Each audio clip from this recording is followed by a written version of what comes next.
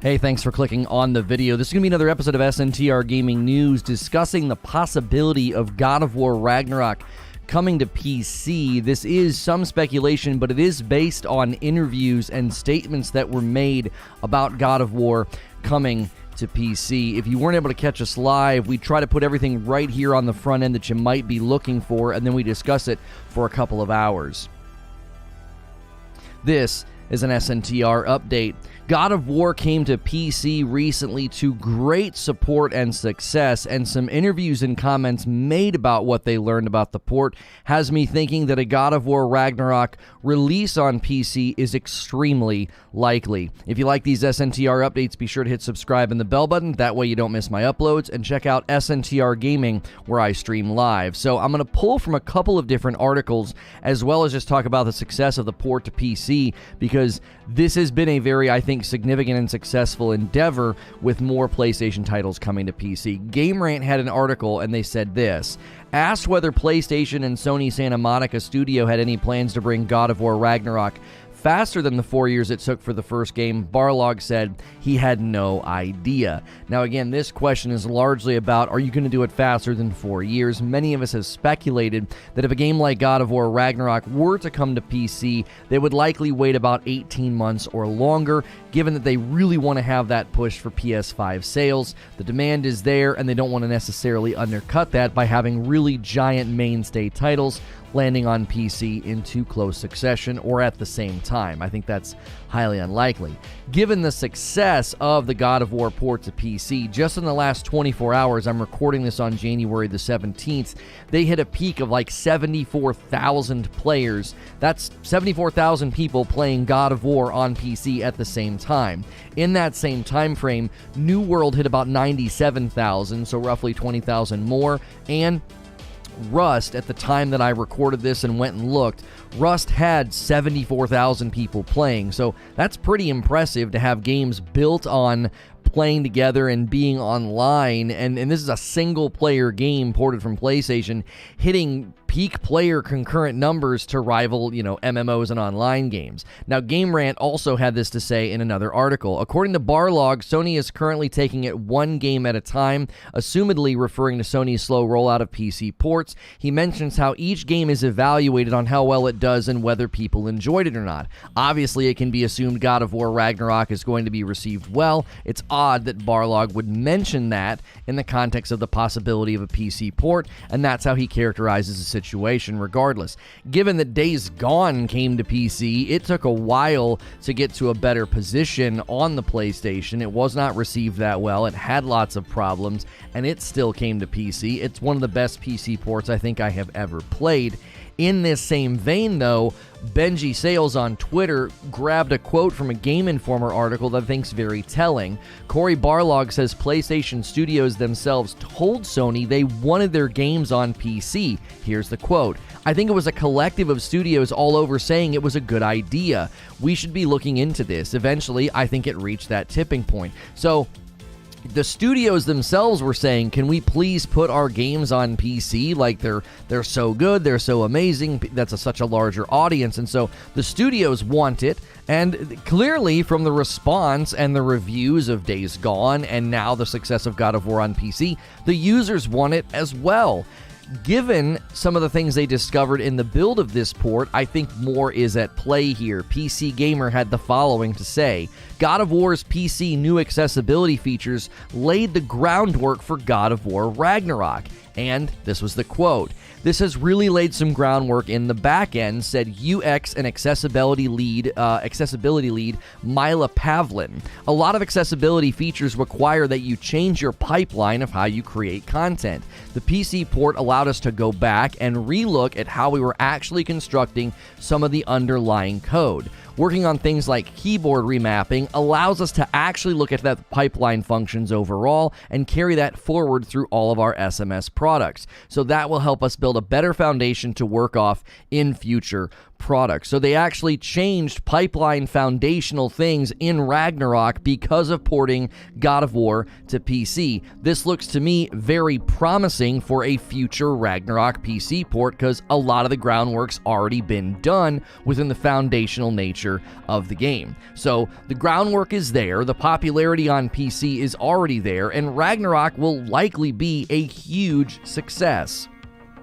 So God of War Ragnarok is aimed and rumored to release in September of 2022. We still don't know if that is accurate, but the God of War PC port has seen amazing success with 74,000 player peaks over the weekend after it launched, as well as interviews with Cory Barlog about the fact that they may end up bringing this to PC. He was asked if it would happen in a faster succession than the 4 years this took.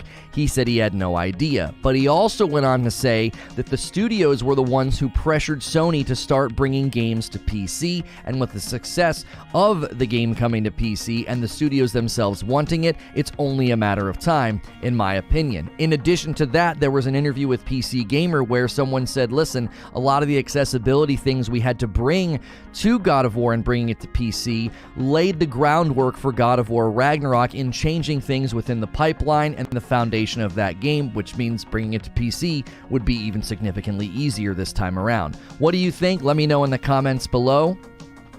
And as always, if you like these SNTR updates, hit subscribe and the bell button, and I'll see you in the next one.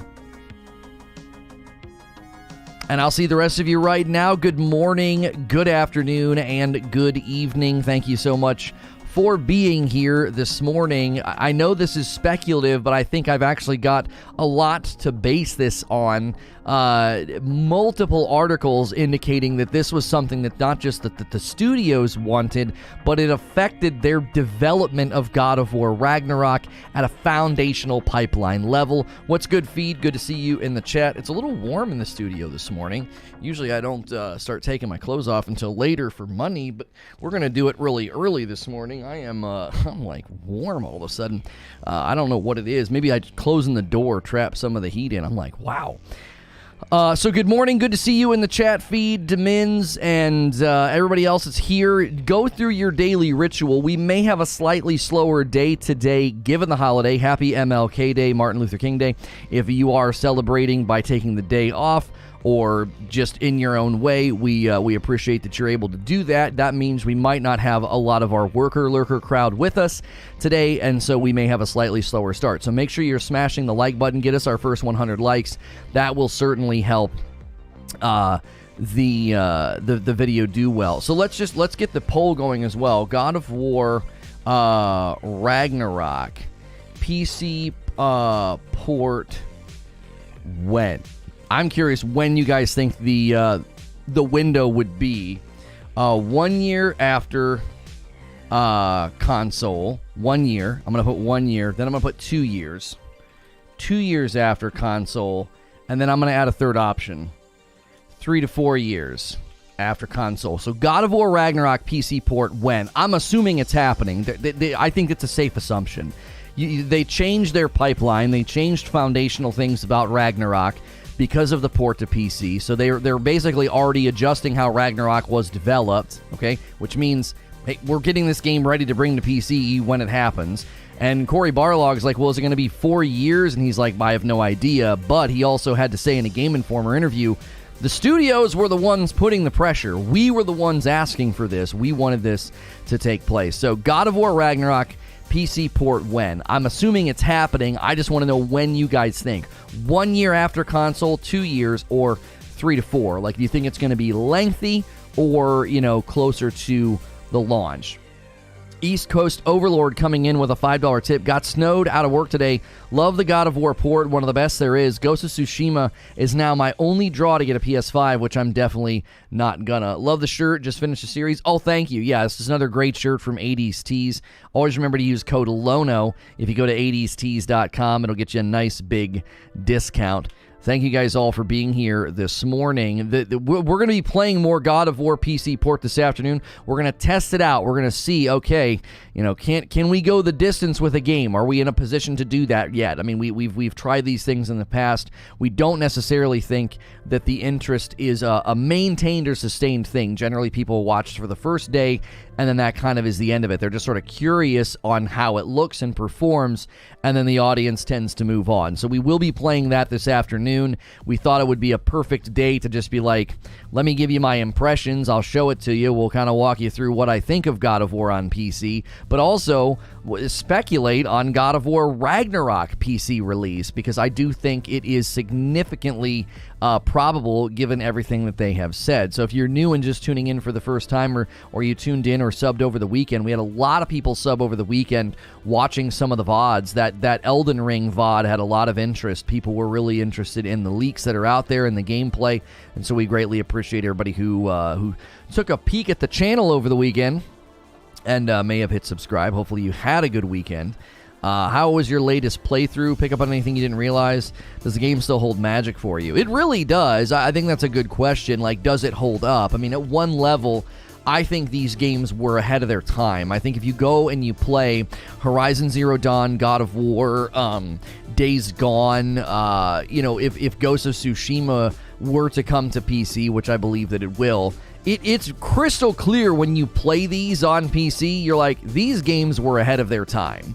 They basically were beyond what those consoles could do. These really, really old consoles, it's like these games were essentially built for PC. It makes sense why the studios applied the pressure. They're like, can you just put these games on PC? We put all this work and love into them, and then you're putting it on 11-year-old technology, and it's not really getting to shine as brightly as it could. So I don't think any of these games that end up getting ported, whether it's Uncharted 4, Ghost of Tsushima, if Spider-Man were to come to PC, I don't know if Sony will let that one go. That would be a shock. But those games would be clear, especially once you play them on PS5 when they update them to get the higher frames per second. It's like these games were ahead of their time.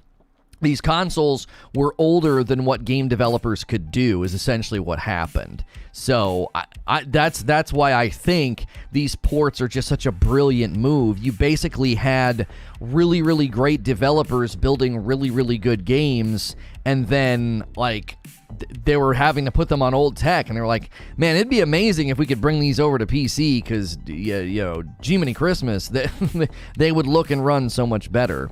I subbed over the weekend because of the Elden Ring news. Well, thank you. I appreciate that, and thanks for being here this morning. I hope Ghost of Tsushima comes to PC. It's good to meet people that enjoy the scope of the content that we cover here. We cover a lot of different games and gaming news. Red Dead Redemption 2 is still the biggest and best looking game to date. It worked fine on last gen. Some devs are just lazy. I think this is an unusual take, given that we're talking about PlayStation games. God of War, Horizon Zero Dawn, and Days Gone all look actually very good on the older consoles. I think to say that these devs are lazy is laughably inaccurate. No, their games looked and ran amazing. We actually have been pointing to Horizon Zero Dawn and God of War and even Spider-Man when we were sort of indicting the performance of the Cyberpunk on the old consoles. Like when you look at Cyberpunk on the old consoles, it's like, why are the old consoles to blame here? These other games did just fine on old gen. We typically point to PlayStation games when we when we make that argument. We say, listen, plenty of games have launched on the old consoles, and they have to limit the frames and the resolution, but the games don't look bad. These games won awards for how great they look. So I don't agree with that in this context. I do not. I don't agree with the idea that any of these games were lazy. The Red Dead Redemption 2 apparently in your mind is the paragon, of good-looking games on old gen. I certainly think it is one of the ones that prove you can make an amazing-looking game on old gen. It certainly is that, but it's not in any sense a judgment against any of the PlayStation games we've been talking about this morning. Death Stranding would be another one that looked very, very impressive on old gen. We know that the director's cut received lots of praise and people were very happy with it. So if you're new and just tuning in, we are talking God of War Ragnarok PC Release, and I used a variety of articles and interviews to make my case at the beginning of this video. If you're enjoying the show already, make sure and take the poll at the top of the chat, smash that like button. Let's get our first 100 likes as we cruise to 200 viewers. And the PC port of God of War Ragnarok, we've already got 100 votes, so make sure and cast your votes in there. Most people are saying 1 year after the release on console is when they would imagine God of War Ragnarok getting ported to PC. Runner-up being 2 years at 34%, and 3 to 4 years is only at a 14%. I happen to agree with the 3 to 4 years being the least likely window. If there's a God of War Ragnarok PC release date, I don't think it'll be 3 to 4 years after it lands on PlayStation 5 and PlayStation 4. I would envision it being 1.5 years later, roughly. I'm thinking 18 months. You got to get that full year cycle, especially if they've got DLC planned, which I don't know if they do. They didn't do DLC for the last God of War, so that might be an unlikely decision. Excuse me. I'm not saying God of War Horizon looks bad. I'm just saying nothing has been made that looks better than Red Dead Redemption 2. Again, I just think that gets subjective because I think there were elements of Red Dead 2 that were incredible, but then also when you compare it to these other games, their execution of the graphics and the characters are dramatically different. I would actually argue God of War comes pretty doggone close to being better than or equal to Red Dead 2. I do. I think character design and textures and the voice acting in God of War, I think it might actually, in my estimation, again, this gets subjective because it's opinion, but in my estimation, God of War, even on old gen, is as good, if not better, than Red Dead Redemption 2. So I think Red Dead Redemption 2 is amazing, but I don't necessarily think it completely trumps all these other great-looking games. Corey realized he was writing the next game when he wanted to do DLC for God of War, and he scrapped that script. Right. Morning all dope. Meh. Dope, meh. Oh, I'm meh. Oh, why am I meh and everything else is great? That's terrible. Considering Sony sells hardware for a loss and want to make money on games, it's a good strategy to bring more games to PC, but it comes at the cost of the PlayStation ecosystem value. I don't think it hurts the PlayStation ecosystem. I think that's a good point, but I don't agree with your point. You could make a really good argument, and I'll try to do it for you, that, well, why on earth would I want to buy a PlayStation? That entire ecosystem, some of its best games and its biggest all-stars are making their way to PC, and if Sony's continuing to honor that commitment and move games over to PC, why on earth would I invest in the Sony ecosystem? That's a very good question. I think the question would be answered very simply, because it's going to take a really, really long time for that to come to fruition, and in the meantime, you're missing out on one of the greatest consoles in existence. I'm not a Sony fanboy, but because the Series X is a great console, it's going to be amazing once they get some exclusives, which really isn't their focus, but in the history of consoles, I think the PlayStation 5 is one of the greatest consoles ever made. Its performance is incredible, and the games that show off its performance are just scratching the surface of what it's going to be able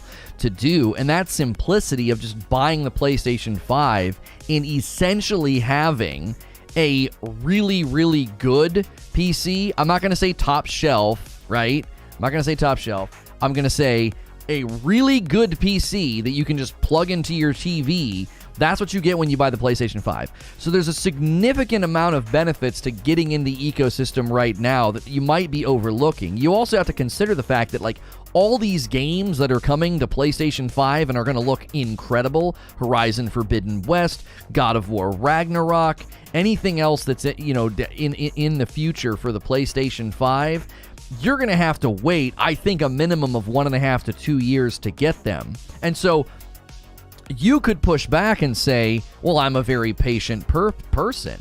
I've got an crazy backlog of games. I'm happy to wait that long, and I'll just get the games on my PC. you're well within your right to do that. You really are, and I don't think that's necessarily an indictment of the PlayStation ecosystem. The PlayStation ecosystem is still well worth getting into. The Knights of the Old Republic remake is going to want PC gamers to buy a PlayStation 5. Yeah, Star Wars Knights of the Old Republic remake, I think, is going to be it's going to be a big win for Sony. I think a lot of the console fanboyism is, unfortunately, I think a lot of this is just coping on the side of those who are really big on Microsoft. I mean, we saw this recently with the whole... I have an idea of how I might be able to make a video about it, but I've avoided it in a significant way just because it immediately turns into, like, toxic talking points. But the G4 TV thing that went down, like, I watched the clip of, like, her take on Sony, and I was like, and her take on Microsoft.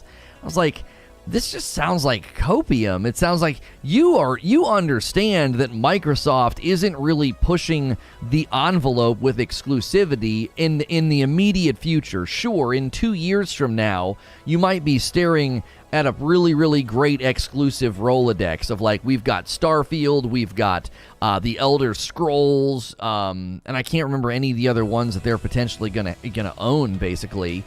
But in the immediate future, I feel like you Microsoft guys, you kind of overstate your case sometimes. It's like, well, Microsoft doesn't look impressive right now in the realm, I'm qualifying this, in the realm of exclusivity. There's no reason to own the Xbox Series X right now, right? Yeah, I was thinking about that, Creature, because I wanted to rope in the Pokimane situation too, because isn't she brilliant? Isn't she freaking brilliant? I respect her as much as she kind of annoys me with how smart she is, right? I don't have anything against her. She's annoyingly brilliant.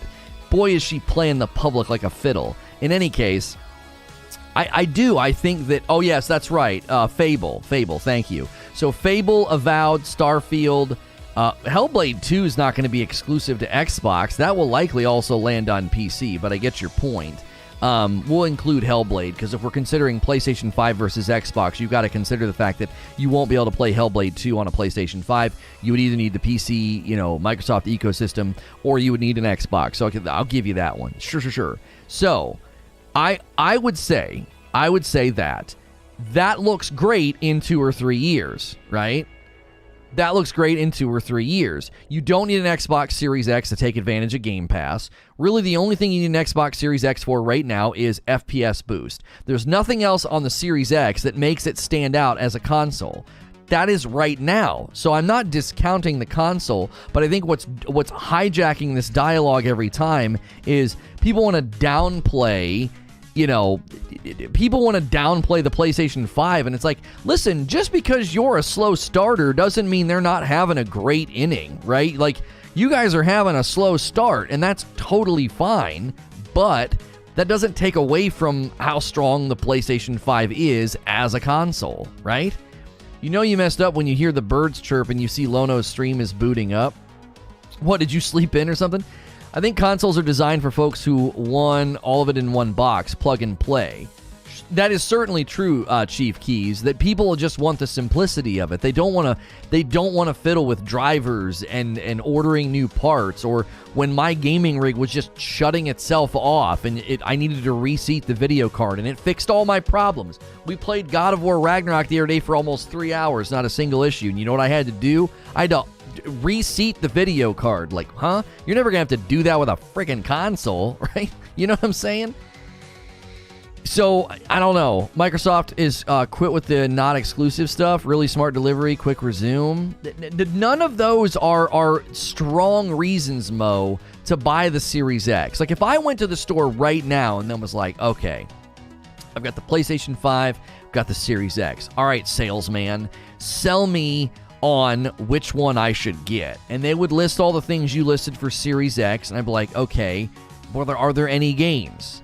And they'd be like, well, no, not currently. There's a bunch of games promised, but currently there are no games that have been released, exclusive to the Series X, okay? Forza didn't release exclusive, did it? That might be the one. There might be one. right? Game Pass doesn't sell a console because you can have Game Pass on your existing Xbox. So if you have an Xbox already, you have Game Pass. Like, you see what I'm saying? PlayStation 5 has Returnal, right? It has Ratchet & Clank Rift Apart. It has insane updates to games like Ghost of Tsushima with a director's cut, the Death Stranding director's cut, free 4K checkerboard 60 FPS updates to games like God of War Ragnarok, a 60 FPS update to Spider-Man, a 60 FPS update to Horizon Zero Dawn. Because if you're going to bring out FPS boost, okay, that's fine, FPS boost, but then, Miles Morales, thank you, Miles Morales, another game that sure you can get it on PlayStation 4, but it was a PS5 title before they did that, before they gave you backwards compatibility. So you have like this laundry list of games or significant game updates with actual new content. Keep in mind, the director's cut for Tsushima and Death Stranding isn't just FPS boost, it's new content, right? You can't say any of that stuff. You can't say any of that stuff about the Xbox Series X. There's no titles that have been sort of, Demon Souls Remake. We left out the Demon Souls Remake. Do you see? And when I say this, that's not me not knocking the Series X. I'm merely saying acknowledge reality as it exists right now. You don't have a lot on the menu, and that's okay, right? That's totally okay that you really have FPS boost for a good amount of titles, and that's basically all you have. And you've got features that exist on the Sony, like fast boost or fast boot or whatever you want to call it, or quick resume. I have those same features on my PlayStation 5. Those don't give it a head start or an inch in the race. Like, it's like that. Those are just features anyway. That's not doing anything in the way of like games. There's nothing wrong with saying the Series X is going to be a slow starter. It just simply is. It's not going to be one that right now has like this really, really strong list of titles. And what I think ends up happening is, and instead of you don't have quick resume, we have rest, which pulls the game up right where you left it off. That's quick resume. It's not any different. The rest feature on the PlayStation does the exact same thing that quick resume does. Now, quick resume being for like, how many games can have quick resume on it at one time? Can I close a game, open another game, and then go back to that game and have quick resume?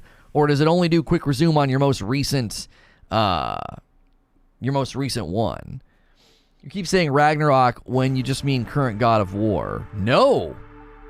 Today's stream is about God of War Ragnarok coming to PC.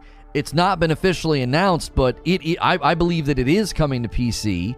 We're questioning when it will come to PC, and we're using the God of War PC port to make our argument. There were a bunch of recent articles about the God of War PC port, the accessibility features they had to add to the God of War PC port that literally changed their pipeline and the way they built Ragnarok. They actually built Ragnarok differently because of what they learned when they ported the game to PC, which means they're making sure that Ragnarok is able to be ported significantly easier. So that's one thing that they said. Another thing that they said is, they said that they, what was it? The studios themselves were the ones pressuring Sony to bring titles to PC. And thirdly, they said in an interview, it was like, is it going to take 3 to 4 years like it did with God of War? And he said, I have no idea, which means to say, well, yeah, I don't think it'll be that long. I think you guys taking the poll are getting it right. I think it's going to be in between the 1 and the 2 year mark.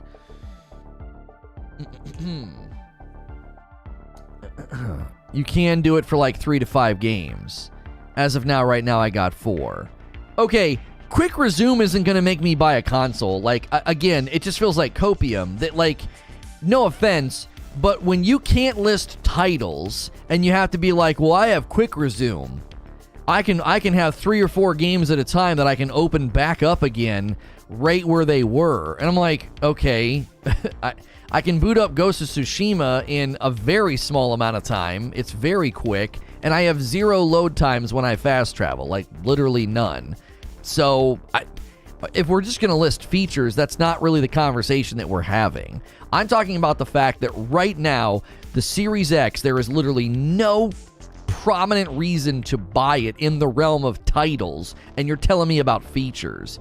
You know what I mean? That would be like me going to your movie theater and being like, hey, I would love to become a patron of your movie theater, but you don't have any movies right now. You don't have any of the new movies. And they'd be like, well, we've got amazing features. We've got really comfortable chairs that recline. We have, you can get a free drink if you get some food, and we'll bring it to you in the theater. We've got these amazing surround sound features. The features wouldn't matter because I'm not going to come play games.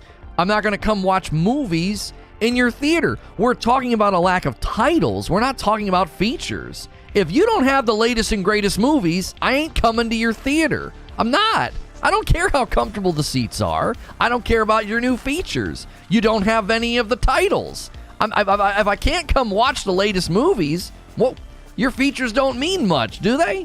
Do you see the point that I'm making?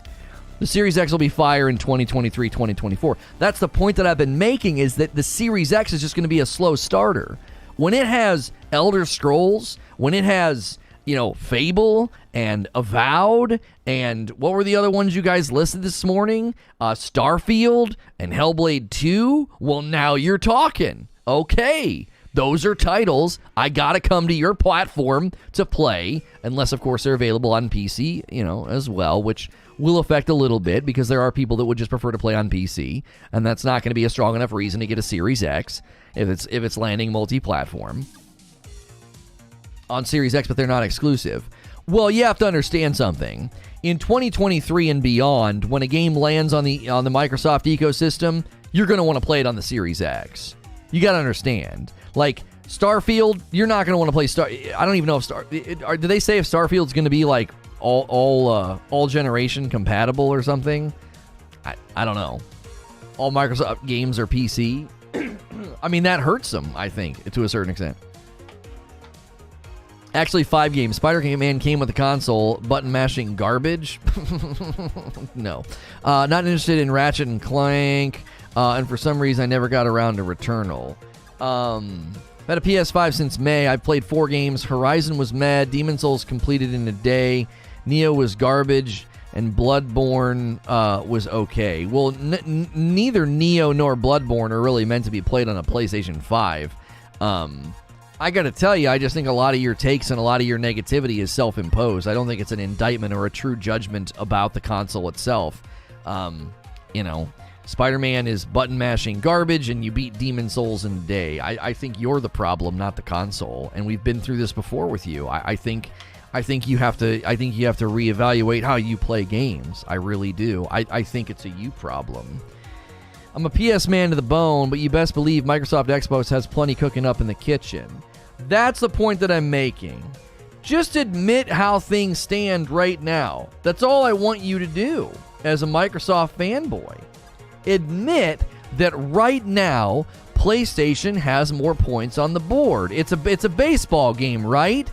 There's nothing wrong with saying in this baseball game, Sony's got more points on the board. That doesn't mean in the 6th or 7th inning or whatever that Microsoft can't start putting points on the board, which I believe that Starfield and Fable and the Elder Scrolls, those will be really big wins for Microsoft because there are tons of people that are going to want to play those games and they're not going to want to fiddle with a PC and they're going to buy a Series X.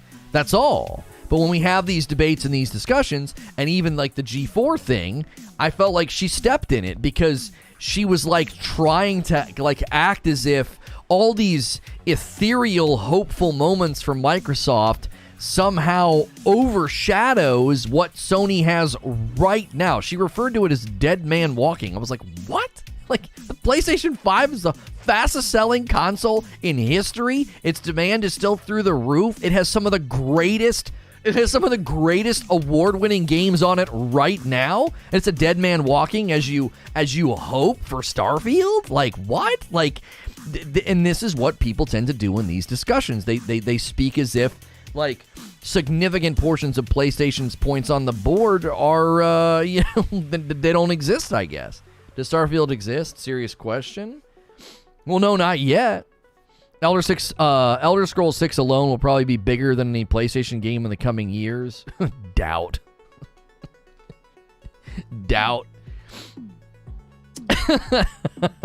I'm sorry. No, I don't think so. No. Miles Morales was like outselling a Call of Duty title. When was that? That was extremely recently. No. Sony has Spider-Man, my friend. That's a checkmate. Elder Scrolls ain't got nothing on Spider-Man, bro. No way. Elder Scrolls 6 will be massive. It'll be huge. It'll be a huge success. But I just don't think so. I don't think so. Sony has titles that are rivaling new releases a year after they came out. Like, no. People not realize what's happening in a month with Horizon Forbidden West? What are you referring to, Eugene? Skyrim is still selling. Listen, I just don't think you want to overstate Elder Scrolls 6. That's all I'm saying. Like, Elder Scrolls 6 will likely do very well attached to Skyrim. Skyrim has been rebaked, overbaked, unbaked, dissected. Like, sure, right? Sure. But I don't think it's going to squash every single Sony release out there. I don't think so. I'm a huge Spidey fan. I don't see it outselling the new Elder Scrolls game. These people are still buying remakes of Skyrim. The cheat code, though, is that Elder Scrolls 6 will also be on PC. That's like such an unfair comparison. If you compared Elder Scrolls 6 like Xbox sales when it finally lands compared to like how well Miles Morales is done, I don't think so. I think they get to cheat with the PC audience. The PC audience is just globally enormous, but then you're not making a fair comparison. Now, if they ever bring Spider-Man or Miles Morales to PC, I mean, who knows? Who knows how well it will do? It'll probably, I don't know, because again, globally, Spider-Man is the most popular superhero. They might not want to do that, though, because it's Sony property. It's one thing to bring, like, God of War. Sony treats Spidey a little bit differently, so they might not be willing to do that, so it doesn't matter. It's not a cheat. It's smart business, right? Well, I'm not saying it's a cheat. You're taking my words completely out of context. You put the axe down, Mo. Put it down. You grinding an axe is exhausting. I'm saying that if you're comparing total sales, that's kind of a cheat when you get to include PC sales. It's not a fair comparison. Like, even with the enormity of the PlayStation 4 market saturation, the minute your game is both popular, well-known, and lands on PC, it's an unfair comparison because the global reach of PC gaming is obviously going to well overshadow what the PlayStation platform can hit market-wise. That's why I said what I said. I'm not saying you're cheating. Of course it's good business strategy to have their games landing on the Microsoft ecosystem. Keep in mind, I'm not a Sony fanboy or a Microsoft fanboy. I took a lot of heat historically over the past 2 years when I talked about how Microsoft was a sleeping giant. I said Microsoft is going to blur the line between console and PC. They're going to create one platform is what I called it. They called it an ecosystem. I got a lot of flack. I had people telling me I was a Microsoft fanboy. I had people telling me that I was completely underestimating, Sony's market share and their reach with their PlayStation sales. And I got a lot of flack for it. And I still, to this day, stand by my predictions that the Microsoft platform is a sleeping giant. It is enormous, and it hasn't fully stepped out of the water yet because once they completely combine the PC and the console ecosystems and they make it seamless to where all you got to do is buy their game or their pass or their whatever, and you've got games like literally everywhere, that will be a significant change in their market reach, which will then make them very appealing for developers. Like, oh, if I develop a game and throw it on your ecosystem, look at the enormity and the immediacy of the reach. I think Microsoft has got a very, very good plan in play, right? However, with respect to like the Elder Scrolls 6 versus like every single Sony title out there, I think you're underestimating how many copies Spider-Man's going to sell historically when it's all said and done, both Spider-Man and Miles. Those games are likely to be day one Game Pass. So you have PC sales and basically giving it away for free. Yeah, you also have to consider, like, Game Pass completely throws everything out of whack. If you're trying to compare commercial success, I mean, all you got to do is look at the fact that, like, Outriders wasn't even going to be paid their royalties because their commercial sales were probably hindered by the fact that the dadgum Game Pass day one launch hurt them. If you're tuning in for God of War Ragnarok PC Release, I made my case earlier in the stream about the fact that God of War Ragnarok is going to very likely land on PC, and we want to know when you think that will happen. I base this off of multiple interviews and articles. Right now, 30 minutes into the poll, we have almost 300 votes. Most of you are saying you think it's going to be 1 year after console, and then 33% are saying 2 years after console. So, roughly 82% of you, 81% are saying that it's going to be 1 to 2 years, right? About 50% of you are saying it's going to be 1 year, but when I lump you together as 1 to 2, 80% are saying 1 to 2 years, because it took 4 years for this one. Is that going to be the standard, time frame? I don't think so. That would be insane to me, to have something take that long. I don't think there's a reason for them to wait that long again. If there was a reason to buy a Series X, I would get one, but there's genuinely not a single reason to buy one over a PlayStation 5 right now. Unless the FPS boost, the backwards compatibility, and all those other features. Like, I really like playing games on my Series X. I made a terrible mistake. We got Marvel Avengers 2 Lego or something. It was on sale on the Switch for like $9. And I made a terrible mistake. Because, like, the loading and the load screens, you think that the game is frozen. You're like, what happened? Is the game frozen? Is it locked up? No, it's just literally getting ready to go into a load screen. It wouldn't be happening on my Series X for sure. I like playing games on the Series X significantly more with my kiddos, but we were on the Switch, and I was like, hey, let's see if there's a new game you guys want to check out. And the Lego game, they both got excited. They both saw characters they liked, and it was like $9. I was like, I'm never buying a dadgum game like this on my Nintendo Switch ever again. Unless it's a first-party Nintendo title, I have no reason to do this. Even if it costs more money, it just doesn't run well. It's annoying, right? And whenever we played Lego games on my Series X, it was always a good time, and the quick resume was nice. I will say that. That's a nice feature. It made it really easy for me to boot the system up and get us right back to where we were, I think given enough time, Lono could indirectly convince people to not buy an Xbox. Yeah. That's not a really good comparison. Sony iterates in an old school generational format. Microsoft moved away from that. Series X offers a better overall experience from the older console. That's subjective and not something that can be proven. You might think that, and somebody might think the exact opposite. They might think that the PlayStation 5 offers, the better overall experience compared to the older console. I think Sony's biggest challenge is that their interface isn't that great. I think that the actual operating system of the PlayStation is bad. Again, that's subjective. That's me saying that. I think Microsoft's UI and interface is superior in so many ways. But again, that's just opinion. We can't really prove that, I can prove that PlayStation 5 has way more going for it right now because there's actual unique, new, either completely exclusive titles, 3 or 4, and then 2 or 3 titles that have had significant updates and new content added that give you plenty of reason to buy a PlayStation 5. I can't do that for the Series X. I just can't. It's not possible. Xbox is a mini PC. Ports between the two are easy. Sony is awkward, which makes ports take time. I don't necessarily know if the ports between the two are easy between Xbox and PC.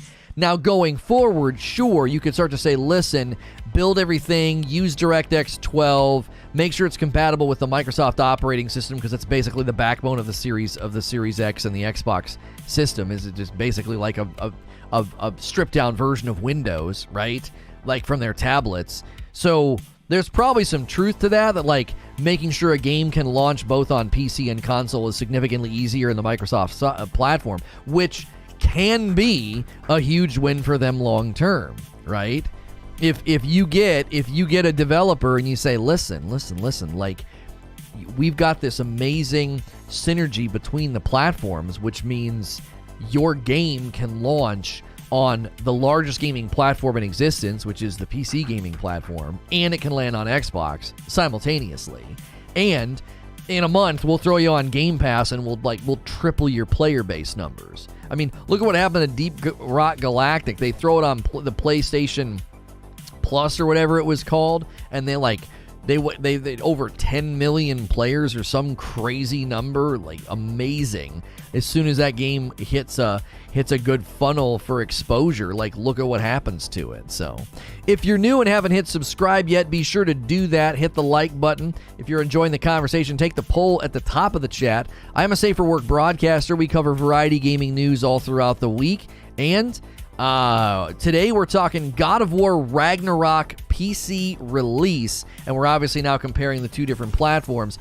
I think God of War Ragnarok PC Release breaks down into a couple of things. Number one, they've confirmed the groundwork is already there. So God of War PC port, the accessibility features they had to add, it affected the groundwork and the pipeline systems that they built for Ragnarok. So they've already laid the groundwork for Ragnarok to have an easier time to come to PC. The popularity on PC is there. God of War hit a 74,000 player peak in the last 24 hours. This morning, when I checked, that was basically how many people were playing Rust, and like New World had 97,000. So it's 20,000 behind an MMO, and the daily player base numbers for New World have been actually pretty predictable. So the fact that the popularity of God of War on PC is without a doubt, it's not in doubt. It's doing incredibly well for a single-player game. For a single-player game to have 20,000 less players than an MMO in the last 24 hours with respect to what their max, what their peak was. Keep in mind that's gone up from the launch date. Launch date and Saturday was like 67,000 player peak. So 74,000 player peak means it's potentially going up in light of the reviews and word of mouth and people being like, wait, what? God of War on PC? Huh? And then that drives the numbers. Ragnarok will likely be an enormous success given the how long people have been waiting for it and how exciting people are about it. It'll probably be amazing. It'll be an amazing success. So it will, I think, undoubtedly come to it will come to PC. We're asking you at the top of the chat, when do you think that will be? God of War Ragnarok release date was leaked to be like maybe September of this year. That could have been a placeholder. Let's say it lands in September. Do you think the very next year holiday they're launching it on PC? A year and a half, something like that. I don't think it goes much further than 18 months to 2 years. I think once you get beyond that window, it gets a little bit ludicrous, but I definitely don't think it'll be 1 year or less. It'll be 18 months minimum in my mind. Forza Horizon 5 is the golden standard for racing games. God of War is average. Okay. God of War is average. Your comment is ironically average and void of thought. What do you mean it's average? It's an amazing game at every level. The cinematics, the fights, the voice acting, the graphics themselves. Jiminy Christmas. Didn't it win a bunch of awards? How many awards did it win? God of War awards. How many awards did this game win? I don't know. Game of the Year 2018. Best Game at BAFTA Games 2019. Audio Achievement from BAFTA 2019. Writers Guild of America gave it an achievement in video game writing. Let's see here. Somebody won for Performer. Best Action Adventure Game of 2018. Shut the frick up. Take all those awards, put them in your pipe, and try to smoke them. Jiminy frickin' Christmas. I didn't even read all of the awards. I just grabbed, like, the top 6. If God of War is average, then Lono is tall. AAA title flopped big time. What? Which AAA title are you talking about?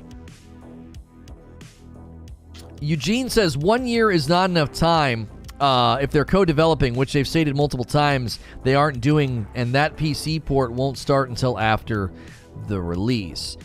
Yeah, I think it's 18 months, Eugene. I think it's 18 months because I think if they've streamlined how fast it can be ported with the changes to the pipeline and the architecture, then I'm not worried at all. I don't think it's going to be longer than 2 years.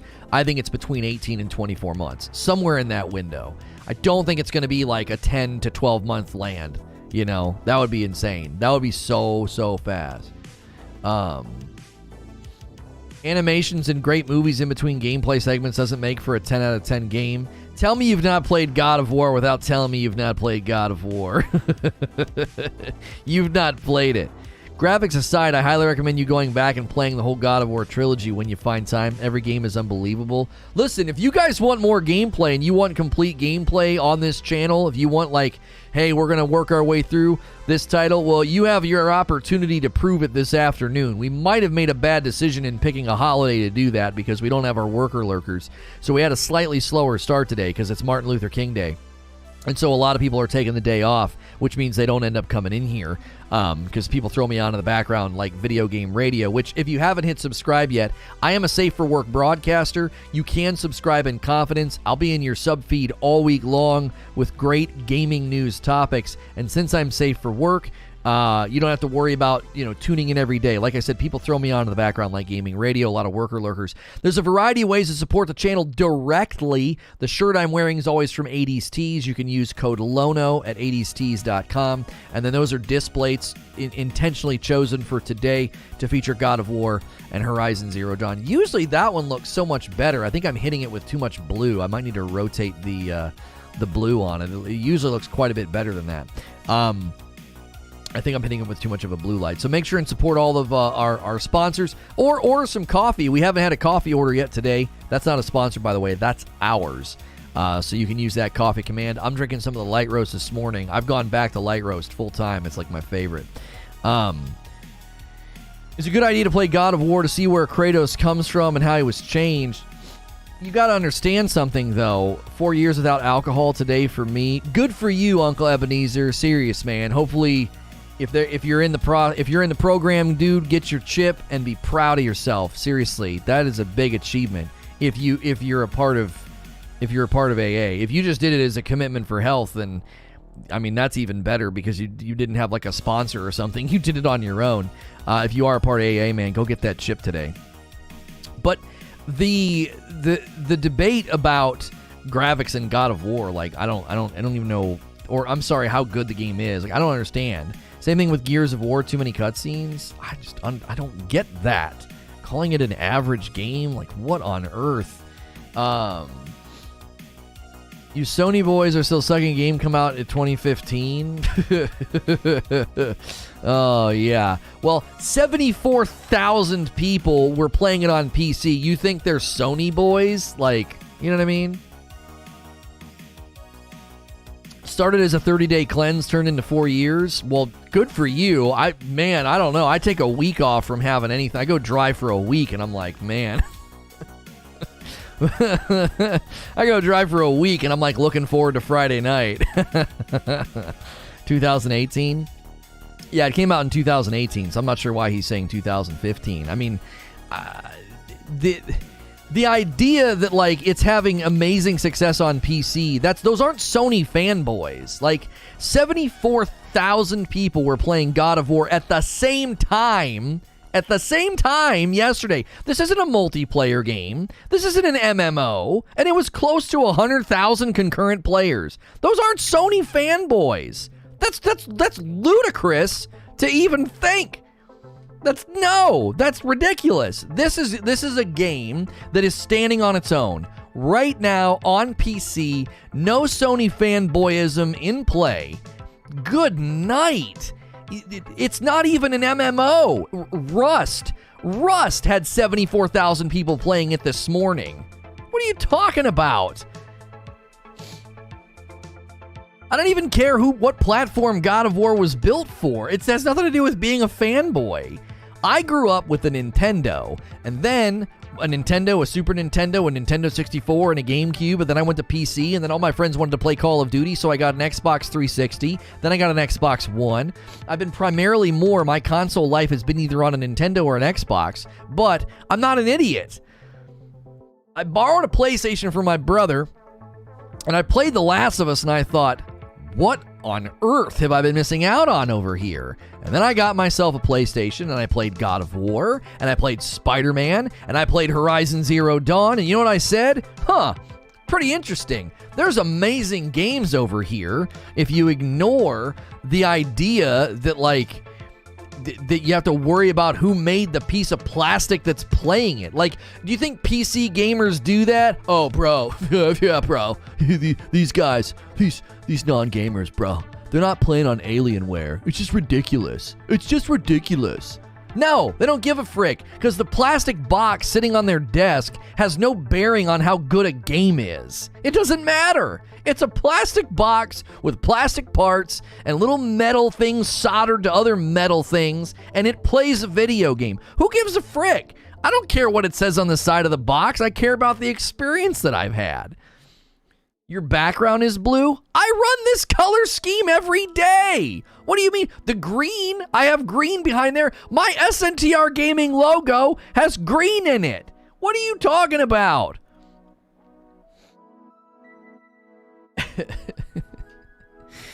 However, we do say PC Master Race. Yeah, well, PC Master Race whenever you can't play games because the drivers are broken, like PC Master Race. Right. PC Master Race. Silly. Just name a good game that came out in the last 2 years. In the last 2 years, so I get to go back to 2020, Returnal, Ratchet and Clank, Ghost of Tsushima. What else has come out in the last 2 years? I'm trying to think, because I've played a junk ton. The new Resident Evil was really good. AC Valhalla, Immortals Phoenix Rising. When did Ori and the Will of the Wisps come out? When did that one come out? That game was amazing. That game was a work of art. Ori and the Will of the Wisps release. You're just a curmudgeon. Yeah, 2020 is when Will of the Wisps came out. Yeah. What? Hang on. Biggest games of 2020. Let's just go back to 2020 and give you a list, all right? Doom Eternal came out in 2020. Ghost of Tsushima came out in 2020. Miles Morales, Ori and the Will of the Wisps came out in 2020. AC Valhalla, Demon Souls Remake came out in 2020.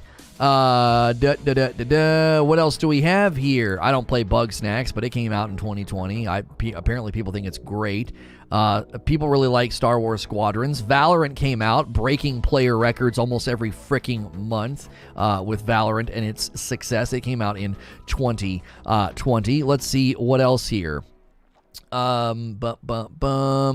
I'm just cycling through and picking out the big names. Okay, so that's 2020. So there, I listed a couple for you to check out from 2020. Let's check out 2021. Ratchet and Clank, Psychonauts, Deathloop, Forza Horizon 5, Hitman 3, Resident Evil Village, Metroid Dread, Monster Hunter Rise, It Takes Two, Returnal, Guardians of the Galaxy. I'm running out of breath here with these games. Kena Bridge of Spirits, Scarlet Nexus, Mario Party Superstars is actually a really good game. I really enjoy it. I would include New World. I thought it did very, very good, and it's got a very promising future. That's debatable. People might not pick that one, but I would. Yeah, there you go. I just gave you a ton. Go play them. Valhalla, you sure? Yeah, it's been commercially successful and completely restructured their vision for ongoing Assassin's Creed games. See, the problem is you don't like a game and you determine that it's bad. AC Valhalla has been one of the most commercially successful Assassin's Creeds in existence, which has led to them to decide ongoing support of it. They've got their Ragnarok DLC coming out, and they're going to be Assassin's Creed Infinity as an ongoing live service Assassin's Creed game, likely built off the foundations and things that they discovered from the commercial success of AC Valhalla. I don't like AC Valhalla. No one cares what you think. The commercial success is undeniable. Yeah, Aliens Fireteam was actually pretty fun. Ghost is the only good game. I'm sorry to tell you this. The problem is you. When I list 20 games, many of them award-winning games, 20 games, I listed about 10 games for each year, and you're like, the only good game is Ghost?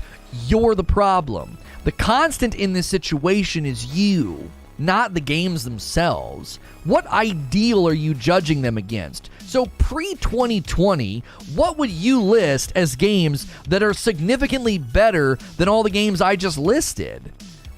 What games? You go back. You go back as far as you want, because I know degradation in quality is waiting for you. The games 2019 and back are, I'm sure there's some amazing games back there, but you're going to do the same thing. You're going to list 7 to 10 games per year, maybe, that are at the same caliber of all the games I just listed. Ghost is overrated. Ghost of Tsushima is overrated. You're overrated. I'm sorry. I'm sorry. You can't talk about Tsushima like that here. You're gonna bring out the devil. You're gonna bring a devil out. Don't you dare talk about Ghost of Tsushima like that ever again. I'm being serious, by the way. I'm just laughing through the anger.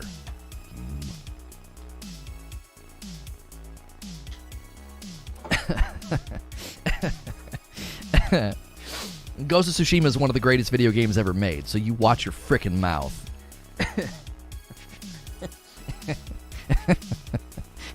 I will fight you in the street. I will give you an address in Louisville, and I will have a snowball fight with you in the street about Ghost of Tsushima. I'm just kidding. There's not enough snow right now. We'll have to wait. That's my secret. I'm always angry, right? I'm idling at 75. I can just tap into that at any moment. So be warned, okay? Be warned. Had to? Yeah. That you baited me. I recognized your name. That was freaking bait. That was bait. People know how much I love Ghost and Hellblade, so he was baiting me. In any case, I think the problem's with you, my friend. I really do. With respect, if you go back to 2019, 2018, well, let's just do that for the sake of it. If you've tuned in for God of War Ragnarok PC Release details, like if that's what you were looking for, the beginning of the stream, I outlined basic tenets about they changed the groundwork of Ragnarok because of the God of War PC port.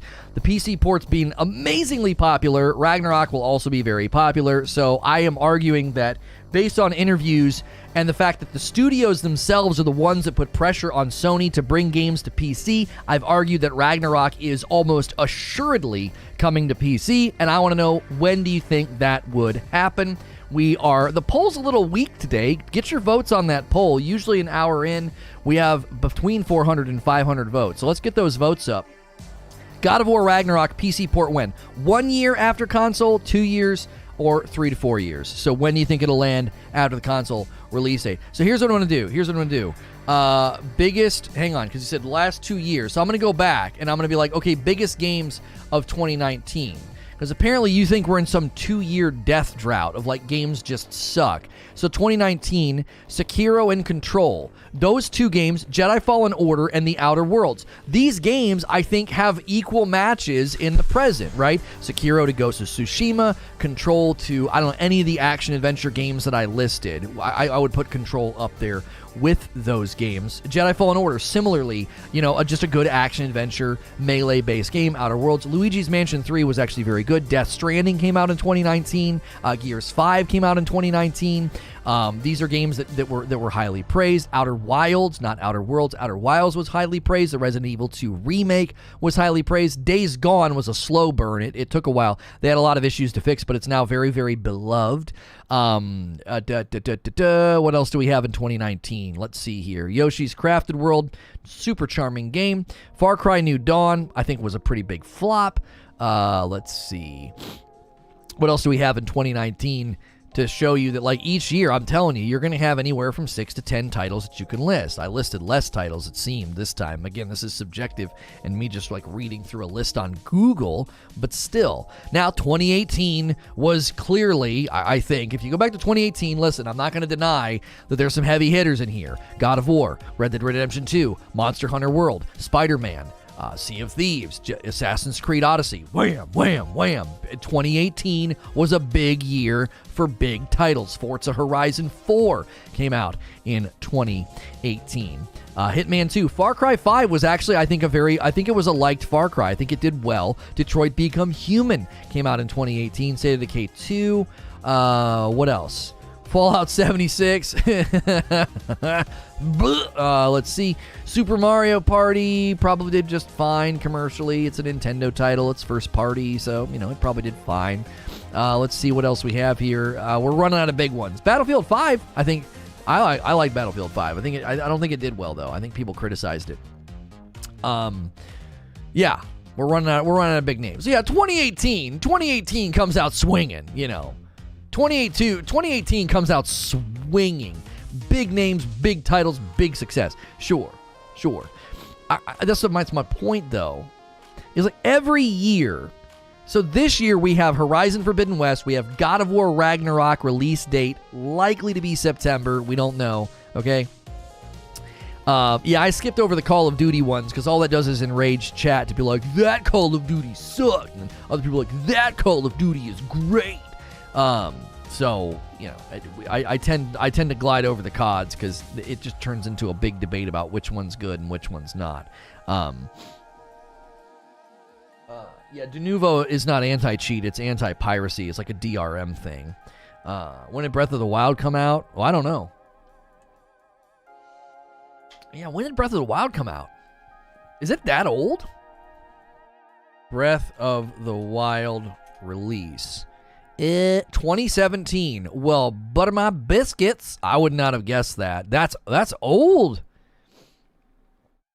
That's March of 2017, like early 2017. That's March. That's super old. Wow. Yeah, it was right before Horizon. No, it was right after Horizon. Because I remember hurrying through Horizon Zero Dawn and people got mad at me. Yeah, Horizon was February 28th. I remember. I rushed the ending of Horizon Zero Dawn because I wanted to be ready for Breath of the Wild. And, people got grumpy with me. They were not happy that I did that. I got a lot of grief. I got grief for that. They were about a week or two apart. 2 weeks apart. A week or two apart. Yeah.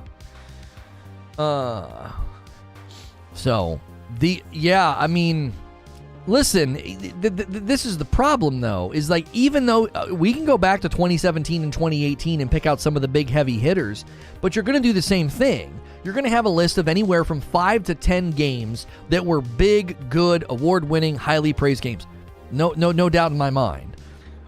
But when I go back in the last 2 years and I look at 2021 and 2020 and I list all these titles and you're like, none of those are good. The only good one was Ghost of Tsushima. I'm like, this sounds more like a you problem than like an actual real problem with like the quality of video games, right? So, I don't know. This all stemmed from somebody saying like God of War is overrated, God of War is average, and that, these are just Sony fanboys. And I'm sitting here telling you like, no, they're not. Like, 74,000 people are not playing God of War on PC because they're like a fanboy. That's not happening. So, if you're just tuning in, we're discussing the God of War Ragnarok PC release. It's not been announced, but there have been interviews about it because obviously all eyes are on this year's launch titles: Horizon Forbidden West, God of War Ragnarok, and when you see God of War PC do very, very well, it stands to reason to say, well, what does this mean for Ragnarok? Like, will Ragnarok come to PC? And there were multiple interviews about various aspects of the God of War PC port that I believe gives very good reason to believe and trust that Ragnarok will have its own PC release date. And that's why I wanted to hear from you guys. What do you think? Will it be 1 year after console, 2 years, 3 to 4 years? Most of you are saying 1 year. So let's just say that the God of War Ragnarok release date is September of this year. Let's just say that it is. That means that the next year in September or October, you'd be looking at a God of War Ragnarok PC release date. That would be, 2023. I am still hesitant to put a lot of stock into the leaked God of War Ragnarok release date. I don't want to, I don't know. It seems like a placeholder. We've seen these placeholders before, and typically the placeholders are inaccurate by a couple of months, if not more. It's rare for a placeholder to be right. In the history of me covering video game leaks, the placeholder dates are almost always inaccurate by a few months. I was like, well, yeah, that was the original plan date. We sent all that out to the retailers or the whatevers or the ESRB. Yeah, that's not our launch date anymore. That hasn't been our launch date for about 6 months. So, God of War 2018 is among my top 3 games of all time. I really, really hope. We'll see how this afternoon goes, because I'm really enjoying my playthrough of it. I really, really am. Christina says it should be released on PC at the same time as console, in my opinion. That is certainly an opinion that many people probably share, but it ain't going to happen, and there's a lot of reasons why. They don't want to undercut the PlayStation 5 drive and demand. Well, why on earth would I buy a PlayStation 5? I mean, you have really big first-party titles landing on PC same day. It would be I don't think that Sony would ever do that. There's plenty of people that probably agree with you, Christina, and are like, just do it same day. Just maximize your sales. They have to think about the Sony, as somebody said this morning, how do you make the Sony ecosystem alluring and appealing if you're basically giving reasons to not get into it? Like, you can just get a PC. Now, I push back and said, listen, PlayStation 5 is essentially a really good, reasonably priced PC that you can just plug into your TV. Buying a PC that has the strength and the SSD and the data controller architecture of the PlayStation 5, buying something at that strength right now in the PC market, I don't think you're going to get it as cheap as you're going to get a PlayStation 5. It's a very reasonably priced, good PC. I wouldn't call it a particularly strong PC, but very good.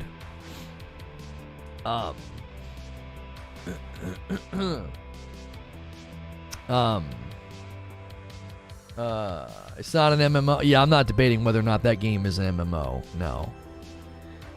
What's the timestamp for the Destiny? I don't know. That was an age ago. I don't talk about that game anymore. My argument basically broke down to MMO can simply be a characteristic of a game. It doesn't have to be rigidly defined. So you can say our game is an RPG, and it can have very, very light RPG elements. And you could say, well, no, a real RPG is a top-down board game-based, dice-rolling, character-driven, stat-based game. Like, you could be very rigid in your definition of RPG, but we let plenty of games say that they're an RPG when the RPG elements are incredibly light. We do this with rogues. We do this with Souls, like Souls-light, Souls-esque, roguelite, and MMO is just another character marker of a game. So if you have a massive amount of people playing at the same time in an open world and a place where you can run into people socially, whether at a social, location or out in the open world, size of, numbers of players in a given section does not determine whether or not it's an MMORPG. That is a rigid definition that doesn't line up with the base level face value definition of the game. A massive multiplayer online game means there's a massive amount of people playing online in the game, and that's true. You can check concurrent player numbers, you can check daily player base numbers. So it's if you come up with your own definition, sure, you could say it's not, but you're making up your own definition to suit your aims. Like, you could do the same thing with an RPG. You could be like, well, it's not an RPG. And you'd be like, well, why? You'd be like, well, it doesn't have, enough skills or skill points or levels or whatever. So it has skills and skill points and levels, just not quantitatively enough. So it has lots of people playing at a given time, but in one space, it's not quantitatively enough. So you say, well, it's not an MMO. It's just, that's not how we define that term or word. I mean, people go back to, I don't know. That's just not how words are defined. In general video game colloquialisms, that's just not how words are defined. Words are defined by their usage and context, and usage and context allows for that word to be used. We also hired Frost as lead writer for The Last of Us 3. We can't wait for you to experience the story. All right, okay. Settle down.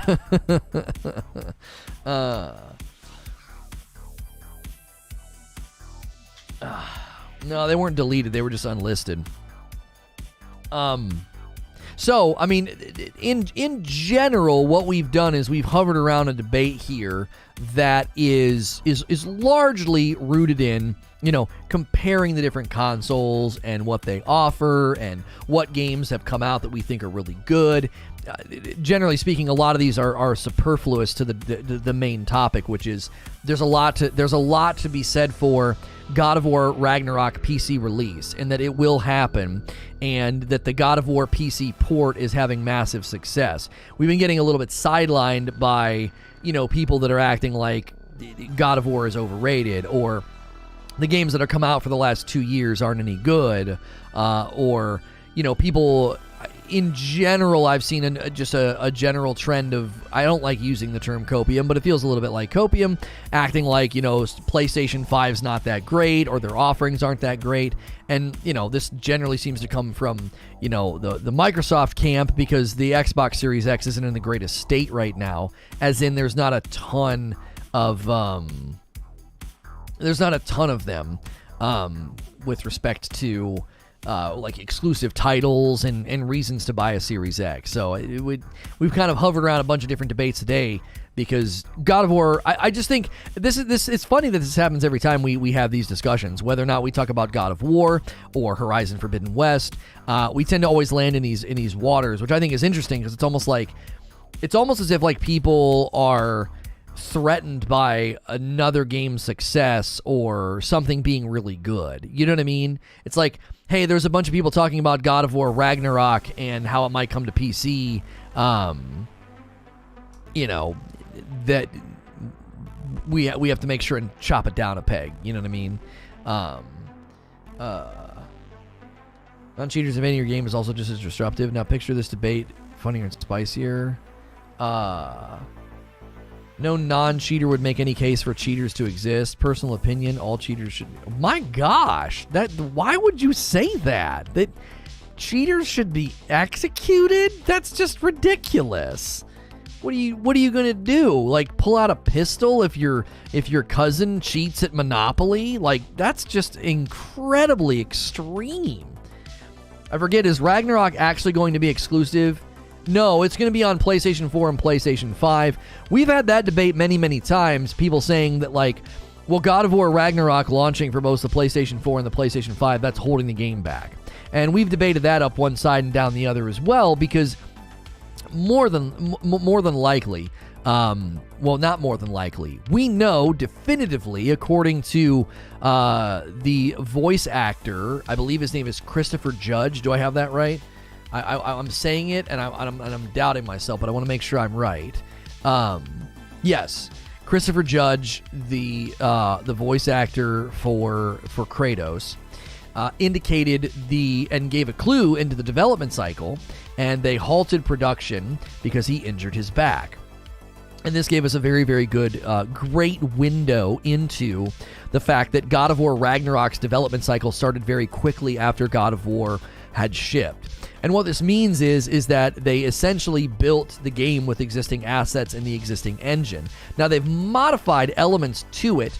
According to an interview with PC Gamer, the UX and accessibility lead, Mila Pavlin, said that a lot of the accessibility features require that you change your pipeline and how you create content. The PC port of God of War allowed us to go back and relook how we were actually constructing some of the underlying code. So they went back and changed their underlying code and pipelines, and that has been now the foundation for all future projects, including Ragnarok, which is a significant portion of my argument that God of War Ragnarok PC release is almost guaranteed. It'll be significantly easier for them to do it with this discovery that they made. So the fact that she's saying this, I think, also adds credence to my argument that God of War Ragnarok had a development cycle that started shortly after the development and the shipment of God of War, reusing existing assets and engine. So it makes sense that when they start porting it to PC, they're like, oh, hey, wait, we should go change some of that stuff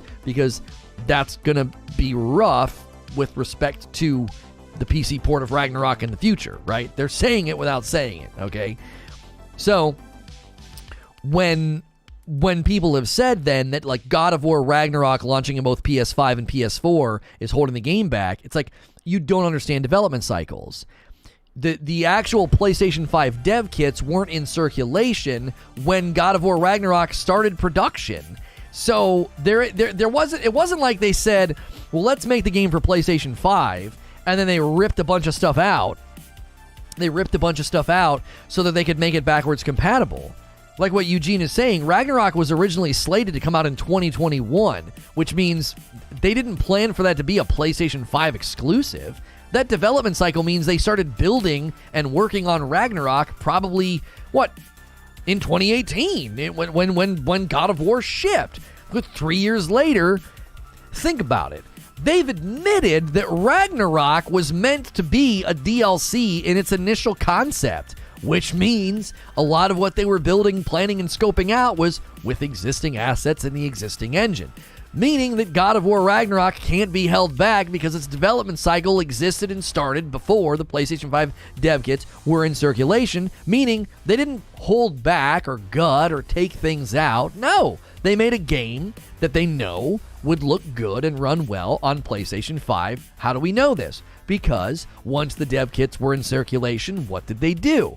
They updated God of War on PlayStation 5. They gave it a 4K checkerboard update. They gave it 60 FPS. They were probably testing how far can we take this engine. Can we give them an FOV slider? That's something that people are modding into God of War on PC. So God of War PC FOV slider is not in the game. People are modding it, and I gotta tell you, it looks a little fisheye when they're doing it because the game was not originally built to suddenly have like 105 FOV. So the one guy uploaded a video of him fighting Baldur, the beginning sequence of the game. You burn your wife, and then you go on a walk and a hunt with your son, and then you come back and you fight Baldur, okay? And that fight's like pretty historic, pretty well built, amazingly cinematic, and it looks great. And this guy did 105 FOV and he showed off that fight. I thought it looked kind of bad. Personally. Now, people that are like obsessive about this types of thing were like, it looks pretty good. I thought it got a little fisheye because, again, the game wasn't originally developed to do that.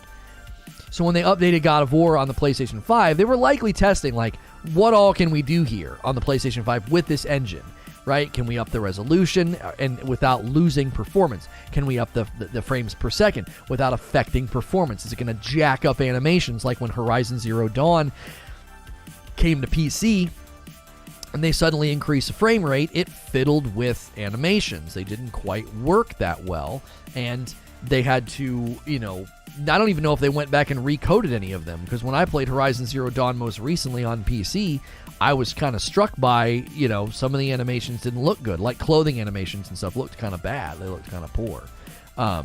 So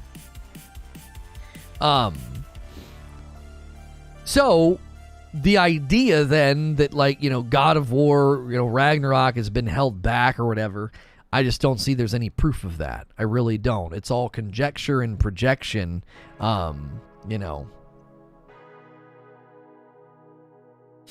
that doesn't necessarily land on any of the reality and any of the things that we know about it.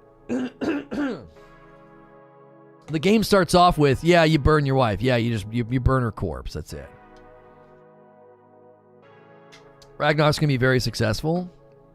Yeah, like Mo, I'll give Mo credit. Mo's a big Microsoft fanboy. He doesn't try to hide the fact that he's a fanboy, okay? And I'm not saying that in a denigrative way, right? I know I'm not using it as a pejorative. He knows, right? He knows that that's his team that he cheers for, okay? Mo cheers for Team Xbox. And he's never been, I don't think, like, Xbox, like PlayStation games suck.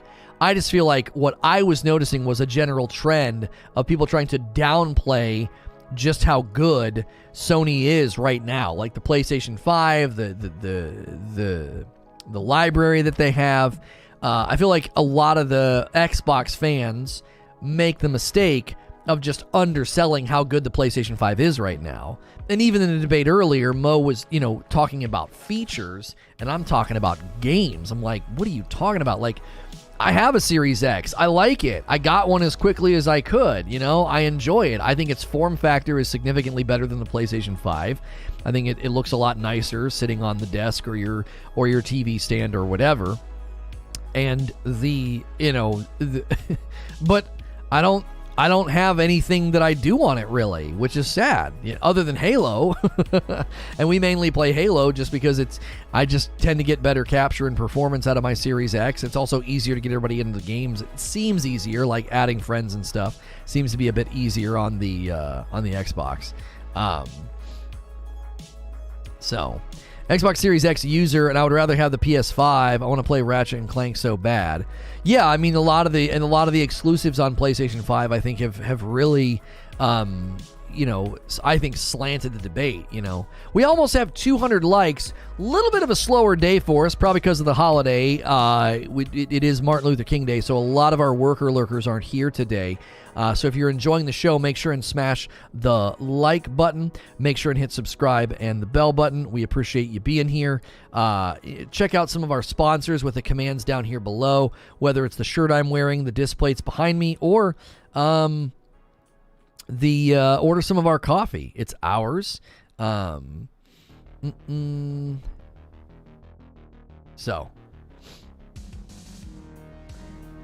Game Pass is slanting the debate these days. Not when you compare the Series X and the PlayStation 5, it's not, because I don't need a Series X to take advantage of Game Pass. Also, power is out, says Ashen. Power is out? What? PlayStation fans, we have Horizon and God of War. Xbox fans, we have VRR and Quick Resume. Yeah, we have Smart Delivery and Quick Resume. That's right. Worker lurking from the United Kingdom, my workday is nearly over. Well, thank you for hanging out today, Roger. Appreciate that. I also own a PlayStation 4 and a PC, but still. I never asked, but what do you think of Valorant in the competitive scene? Is part of your taste at all? I think Valorant is an amazingly well-built game. I think its popularity is not surprising, given that it's built by Riot, given that it is tapping into the CSGO and Overwatch market. I think Valorant stands to explode in the wake of OWL and in the wake of Overwatch 2 being in trouble. And all Overwatch, I think, and the Blizzard Activision is going to the Blizzard Activision lawsuit is going to indirectly help Valorant, I think, because it offers an inroad for people that are like highly competitive Overwatch players to think, okay, well, that's a game it's got econ, sure, but still, it's an objective-based game mode with abilities and stuff, and I can get really good, and I can run support, I can run dips, I can run whatever. And so I wouldn't be surprised if all the Blizzard Activision crap and Overwatch 2 being sort of in doubt in many people's minds, that'll help Valorant. Keep in mind, Valorant's done well before all that happened. That potentially will just add jet fuel to the tank. Now, I liked playing it, and I was looking forward to shoutcasting it, but obviously shoutcasting Valorant and getting into that field of work with my agent and stuff is not really on the table right now. But that may change in a while. But I think Valorant has been massively successful for a variety of reasons, and it stands to be even more successful in the wake of everything happening with Overwatch. I own PlayStation 5, Xbox, PC, and a gaming laptop. When it comes to console games value, etc., Xbox is by far the best value right now compared to PlayStation 5. This simply isn't true. You're making an unfair comparison, by the way. No one's comparing the Xbox ecosystem to the PlayStation 5. That's not fair. That would be like me saying, well, why buy a PlayStation 5? Look how many more games I can get on my PC. That's not a fair comparison. You're comparing a giant pre-existing ecosystem to a console, okay? So if you compare the Series X and the PlayStation 5, the Series X loses significantly. When you compare the Microsoft ecosystem and Game Pass to the PlayStation 5, what in the world? That's a false equivalency. That's not a fair comparison. Like, I could sit here and do that to everything. Man, the Nintendo Switch sucks. Why? well, there's way more games on my PC. Well, what in the world? That's not how you make a comparison. You know what I mean? Like, yo, what's good, Ginger? We've been talking about Series X versus PlayStation 5, and currently, the analogy I use is it's a baseball game. PlayStation 5's got more points on the board, right? It's got more points on the board. Now, that doesn't mean we get in the 5th, 6th, and 7th innings, and suddenly Series X starts landing some big shots. You know, Avowed, Fable, Starfield, The Elder Scrolls. These are big, big titles that will make the Series X be really appealing. Why? Because it's a lot easier to buy a Series X and plug it into your television and play these amazing titles without having to touch a PC. And then you also get the Microsoft ecosystem and Game Pass and all the rest. So Series X is just going to be a late bloomer, I think. There's nothing wrong with saying that. There's nothing wrong. Runs, Lono, runs. Points on the board, runs. Whatever, Charles. I don't like baseball, but the inning analogy works. Runs on the board, points on the board. They say points on the board. That's an expression. That's a sports colloquialism. Hang on a minute. Let me do this real quick.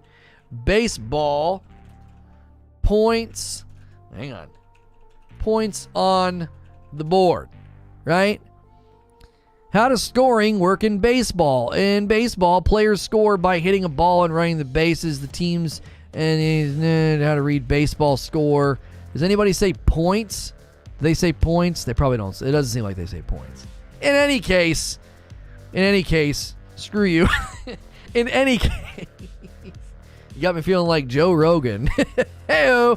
Listen, the point stands that they're going to be a late bloomer. That's the only point that I'm making. That's the point that I'm making, is that the idea here is not that I'm bashing the Series X. I'm not. Currently, when I measure the two, one has more runs on the sports ball scoreboard than the other. One has more than the other. That's all. The original argument was based on economic value. No, it wasn't. I never stated anything about economic value. I was comparing the Series X and the PlayStation 5.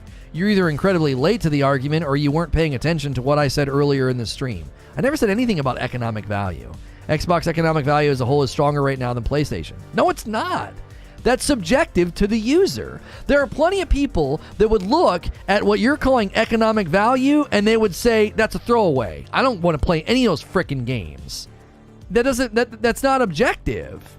The economic value of Game Pass is not in doubt. It's good. It's incredibly good. But that doesn't make the Series X more alluring as a purchase than the PlayStation 5. Why? Because you don't need the Series X to take advantage of that.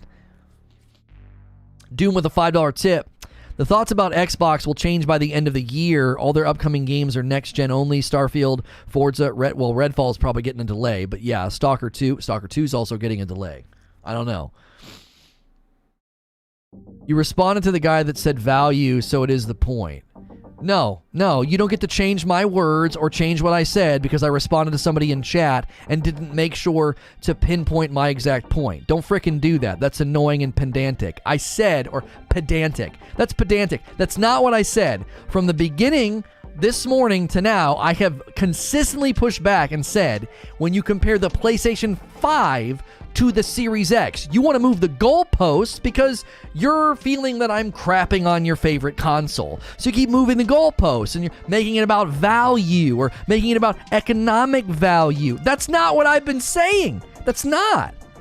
I even said this morning, I got a ton of flack 2 years ago and even I think a year ago when I said that Microsoft was a sleeping giant, that Microsoft was going to blur the lines between console and PC and have a much larger platform. I referred to it as a platform back then, and now they say ecosystem. Yes, you do. So all the games that will be coming day one to Game Pass, you're saying that's a better value of paying $70 for a title compared to having Game Pass? Yes, because I'm getting better games than you are right now. You can sit here and hold your breath and be like, well, I'm going to get Starfield and Elder Scrolls, and I'm going to get Avowed and Redfall on Game Pass. First of all, they've not confirmed any of that. And second of all, you don't even get them right now. What have you gotten day one on Game Pass that blows PlayStation 5 games out of the water? What, Outriders? Are you going to put that on the table? What are you talking about? You don't even know if their big first-party titles are coming to Game Pass day one. They've not said that. They've not said that Starfield and Elder Scrolls 6 and Avowed and Fable and Redfall, they've not said those games are coming day one to Game Pass. Halo. Yeah, Halo Infinite. What a shining star of value right now, Halo Infinite. Right. Slight aside, Redfall, Starfield are all first-party titles are confirmed day one.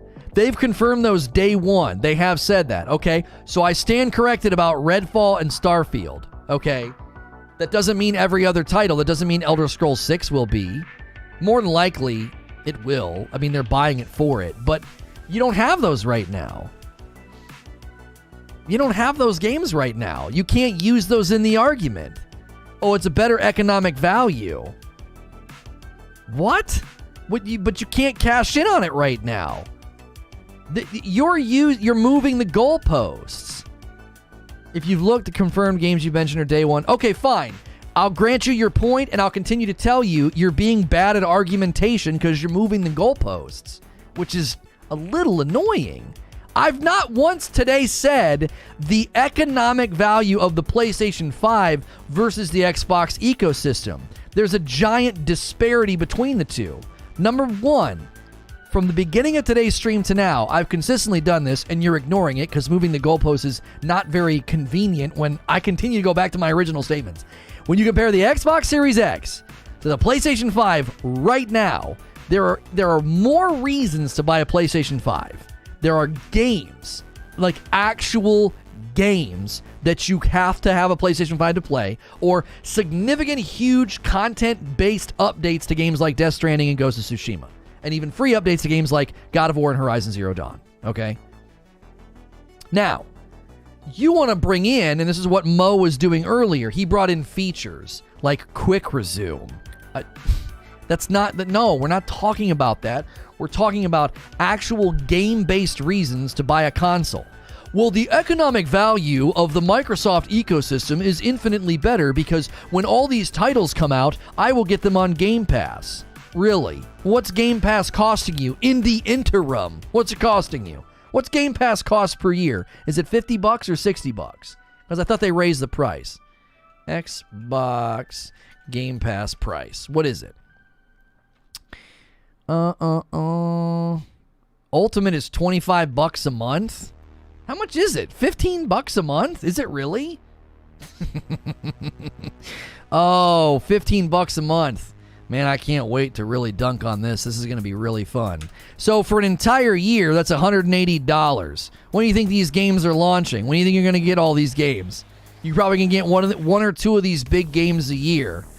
Let's say you get 2 big Microsoft games a year. Let's say, by some sheer miracle, you get Starfield and Redfall this year. What happens when you take 180 and you divide it by 2? What happens? 180 divided by those 2 big titles is $90. Now, but all these other games, are you playing them? Because again, the economic value is subjective. I'm not playing any of those games. I have Game Pass, I have a Series X, and I'm not touching any of those old games. So if you're paying $180 a year and saying, well, it's a better value because when all these big games come out, I'll get them day one. Yeah, and you're spending $180 a year for that. So the economic value, like the economic value of all those games that you get in addition, sure, subjective to the user. Yes, that's a better economic value for you. That has nothing to do when you compare the Series X and the PlayStation 5. When you compare the PlayStation 5 and the Xbox Series X, your games out there in the distant future that you don't have right now that you're going to get day one, like, that only is a great economic value if you're currently really enjoying Game Pass right now. That's incredibly, incredibly subjective to the user. Yeah, and not to mention, you don't own the games, so it's $180 to have this great backlog. You will never hear me besmirch Game Pass. It's an incredible value. It is. But you can't act like you spending $180 a year right now that one day will lead to you getting Starfield, Redfall, Avowed, Fable, and all these games day one, that's somehow a better value when compared to the PlayStation 5 right now, January 2022. That is a giant goalpost shift. Like, you can't even play the games right now. Do you want to know what I can do? I can play Returnal, Ratchet & Clank Rift Apart, Ghost of Tsushima's Director's Cut, Death Stranding's Director's Cut, free updates to Horizon Zero Dawn and God of War. I can play Demon's Souls Remake. I can play all those games right now. Yeah, but you had to pay for them. Well, what? Okay. You're preemptively paying for those games right now. Well, you paid $180 last year, and $180 this year, and $180 next year. That starts to add up, doesn't it? It's an amazing value if you're cashing in on all the games. It is. It's an amazing value if you're cashing in on all the games. That's conditional. There are plenty of people that buy Game Pass and don't touch any of those those games back in the library. Yeah, Horizon Forbidden West is literally next month. Like, it's like a month away. That's why I said you're moving the goalpost. It's like, not once today have I compared the ecosystems, which would then allow you to bring in Game Pass. I've talked about reasons to buy a PlayStation 5 currently compared to reasons to buy a Series X. Even if I grant your premise, there is massive economic value for Game Pass that has nothing to do with the Series X, because you don't need the Series X to enjoy Game Pass. You can't attach Game Pass's value to the Series X because it's not a selling point of the Series X. You can go to the store right now and buy an older Xbox for way less money and take full advantage of all that Game Pass economic value, as you call it. So it doesn't really connect or land on what we're saying to like invoke and inject Game Pass as if like, well, yeah, that's a great reason to buy a Series X.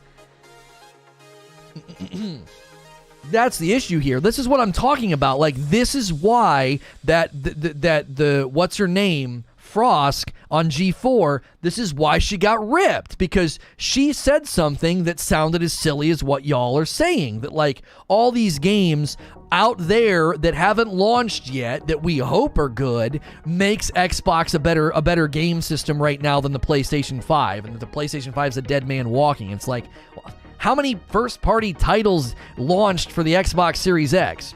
None. How many of those titles won awards? None. How many does PlayStation 5 have? I don't know, 4 or 5? How many of them won awards? I don't know, 2 or 3? Like, that's why she got shredded. And she can hide behind her claims of gamer misogyny all she wants. No, you said something dumb. Like, and I don't respect you if I don't tell you that it's dumb. Like, I respect you as a person if I'm willing to be like, that's a dumb take. Like, that's inaccurate AF. Or saying that Hogwarts is going to be exclusive to Microsoft. What? But that's what y'all are doing in chat. You sound like her. You sound like some Microsoft copium drinking, like, oh, but there's all this stuff coming, all this economic value. Listen, I know it sucks that you bought a Series X and there's like no real games for it right now. I'm saying the same thing. I have one sitting here. It's within reach. I have one. I have a Series X. And there's nothing there. Oh, Game Pass. I am a customer of Series X and Game Pass. And you know what Game Pass does for me right now? It's great if Hilly and I want to check out a game. It's great when something like Outriders drops. Right? Outside of that, like what? What is there? I don't cash in on all those games on Game Pass. I don't do it. I have a PS5. There isn't anything there too. That's not true. Maybe you just don't like the games. Do you not like the Demon's Souls remake? Do you not like Returnal? Do you not like Ratchet and Clank Rift Apart? Do you not like Death Stranding Director's Cut? Do you not like Ghost of Tsushima Director's Cut? How about the free updates to Horizon Zero Dawn? How about the free updates to God of War? How about the free updates to PlayStation? How about Miles Morales? You don't play any of those games? Those games don't exist to you because you don't like them? I don't understand.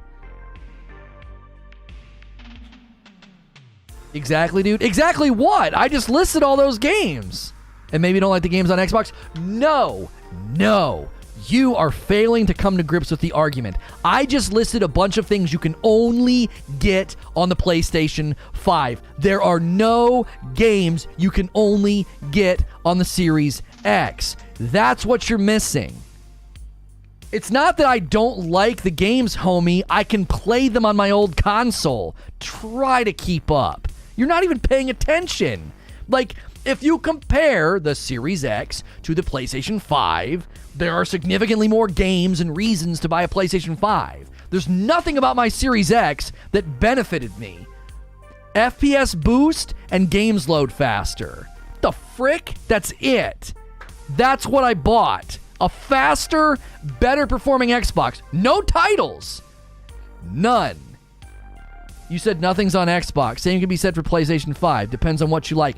No, you are not grappling with the point that I just made. You're just restating your case with different words because you can't win the argument. No. You're just moving the goalpost. Now you're creating subjectivity argument. That's not the argument. The argument is not subjective to me liking the games. I am merely listing the games that can be played and only played on PlayStation 5. There are no games for Xbox Series X. None. List them right now.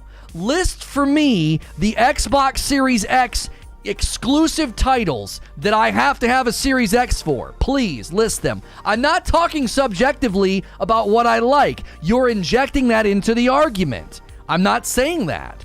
I right now could hate Demon Souls and Ratchet & Clank and Returnal. I could hate Ghost of Tsushima and God of War and Miles Morales and all these games. I could hate them. A lot of them I haven't even played. I'm just listing them. These are games. These are objective facts, not subjective realities. These are objective facts. These are exclusive titles or exclusive updates to huge, well-known games that are only available on the PlayStation 5. Where are the titles for the Series X? Where? We're just speaking in facts now. We're just speaking in objective things like lists the games for me. What are they?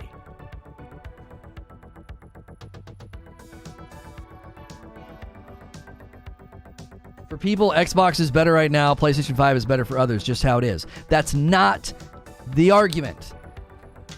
That argument is subjective to the person, and I granted that earlier. I said there are probably plenty of people right now that are thoroughly enjoying the Game Pass economic value. They play all the old games. They love the fact that when a new game hits Game Pass day one, they get to cash in on it. I've not discounted the fact that there are subjective realities at play, but that's not the point that I am making. The point that I am making is when you look at the two titles, the two systems right now, one system has a bunch of titles and updates and things that I can only get on the PlayStation 5, and the Series X doesn't have that yet. I've also continued to say that Xbox Series X could be a late bloomer. All these big titles could land in a year or two, and it'll be like, man, if you want to play Fable, if you want to play Avowed, if you want to play Starfield or Elder Scrolls 6 and not muddle around with a PC, just buy a Series X. It'll look and perform amazingly. I've granted that. All I'm saying is, I'm not denigrating your favorite piece of plastic. I'm saying Series X doesn't have anything going for it right now. It just doesn't. And when you list all these ecosystem benefits, you're not talking about the Series X. You're talking about the Microsoft ecosystem, which has no bearing on the Series X. No bearing. I made my point of the value to the average consumer. I thought that was the point when I came in. I'll subdue to the fact that they do have more right now exclusives on the PS5. Let me push back on what you're saying, D-Crew. The value to the average consumer. The demand and the sales speed of the PlayStation 5 proves you wrong. More consumers are pining after buying and trying to get PlayStation 5s than Series X. It has sold faster. The demand is higher. The Series X can be purchased in retail stores right now. There are places, you just walk in and there they sit. So, no. The average consumer is choosing PlayStation 5 hand over fist compared to the Series X. What are you even talking about? If you look at the consumer response. If you're new, by the way, we love doing this. We have hot, amazing, spicy debates. When I'm getting this amped, it means I'm really happy. This is what I want. That's inaccurate? What's inaccurate? The PlayStation 5 is the fastest selling console in existence. They've broken like every record. So the average consumer, globally considered, we need a fact check on Series X availability. I've seen claims in our own Discord and claims on Twitter. People are walking into retail stores and Series X's are sitting there. People are buying them. They're like, oh my gosh, there's one right here. What? Value to the average consumer is subjective. It is subjective, but again, if you look at the demand and the sales speed of the PlayStation 5, it's not even comparable. They are not in stores. So someone came into my Discord and just lied to me. Anecdotal. Oh my gosh. Oh, the copium is so thick. Hand over fist, is that an overstatement? Are PlayStation sales 2-1? Oh, PlayStation 5 sales versus Xbox Series X. We've covered this stuff on the show, guys. The PlayStation 5 has sold 15.2 million units in 13 months, while the Xbox Series X has sold 9.84 million units. I'll pull up a chart, I guess. I mean, here we go. Where does this go? PlayStation 5 Series X. What the frick? I don't want to save the image. Open a new tab. So, worldwide, this looks like a 13-month report. And the speed... Where's this? No, I need the speed report. That's what I need. There was a speed report about the speed with which the PlayStation 5 was selling comparatively, and it didn't even compare. It didn't even compare. The PlayStation 5 was selling faster. According to a report from the Japanese publication, the PlayStation 5 sold 10 times more than the Series X in Japan. Again, that's a factor that is absolutely not being considered here when we say the average consumer. The PlayStation 5 will dominate when you leave the West. It just dominates. So the sales comparisons just don't compare. Like, what is this? I mean, I can pull up this. Let me pull up this chart. This is to give us a generic look about, how the PlayStation's pulling away from the Series X. So it's not just higher. Let me get this pulled up. Do I have the right thing? There we go. So you can see here, like even when they started, right? I'll bring my mouse over. Even when they started, the PlayStation was higher, and they were parallel to each other, and then all of a sudden, the blue line breaks away and just takes a much faster and sharper upward trajectory compared to the Series X. It's not just the West, it's predominantly America. Yeah, and this is why. This is why, like, when this is worldwide, like, the PlayStation 5, when you say the average consumer, what are you talking about? The average consumer is choosing the PlayStation 5 over the Series X by a significant margin. It's so much better that idioms apply. Hand over fist. So, but if we look at the gap, right here, a nice one. So we got 10 million compared to 6 million. That's almost double, Zubair. What do you mean? So at the right here, at the 8, if you can see my mouse, I'm making it bounce. At like the 8 to 9 month mark, you got 10 million versus 6 million. I think I can say hand over fist. If I'm selling 1.5 to 2 to every time you sell 1, I'm doing pretty dadgum good. It's selling 2-1 right now, maybe almost 3. No, I think it's 2-1 in most reports I've read. It's 2-1. That's what I mean. Even if you're going to make claims for the average consumer, it's selling 1.5 to 2 to every 1. That's a pretty big margin. I'll concede the point. Like hand over fist meaning. No. Let's see. Just means rapidly. Yeah. hand over fist is quickly and in large amounts. I think it was a fair usage of the term, Zubair. I do. I don't think it is like, I think, a branch of hyperbole that I said that, but I think rapidly and in great numbers applies here. I do. So Sony already reported making up the profit loss at release. Didn't hear that about the series yet. Well, I mean, I don't know does Microsoft release those kind of reports? Xbox is 12 million last reported. Phil Spencer said that he himself is the best-selling Xbox ever. Listen. We're getting lost in the mix here. Hang on. A $10 tip from Doom. They don't have Series X only games all gen. They aren't doing it like PlayStation 5. If they did, it would cut the Game Pass base in half. That's why Cloud works on Xbox, and I'm able to play Starfield there. Thank you for the $10 tip, Doom. Oh, Doom, you did 2 tips. I'm so sorry. A $5 tip a little while ago. The thoughts about Xbox changed by the end of the year with upcoming games like Starfield, Forza, Redfall, Stalker 2. Thank you. I think I read your message, but didn't thank you for the tip. I appreciate the tips. Listen.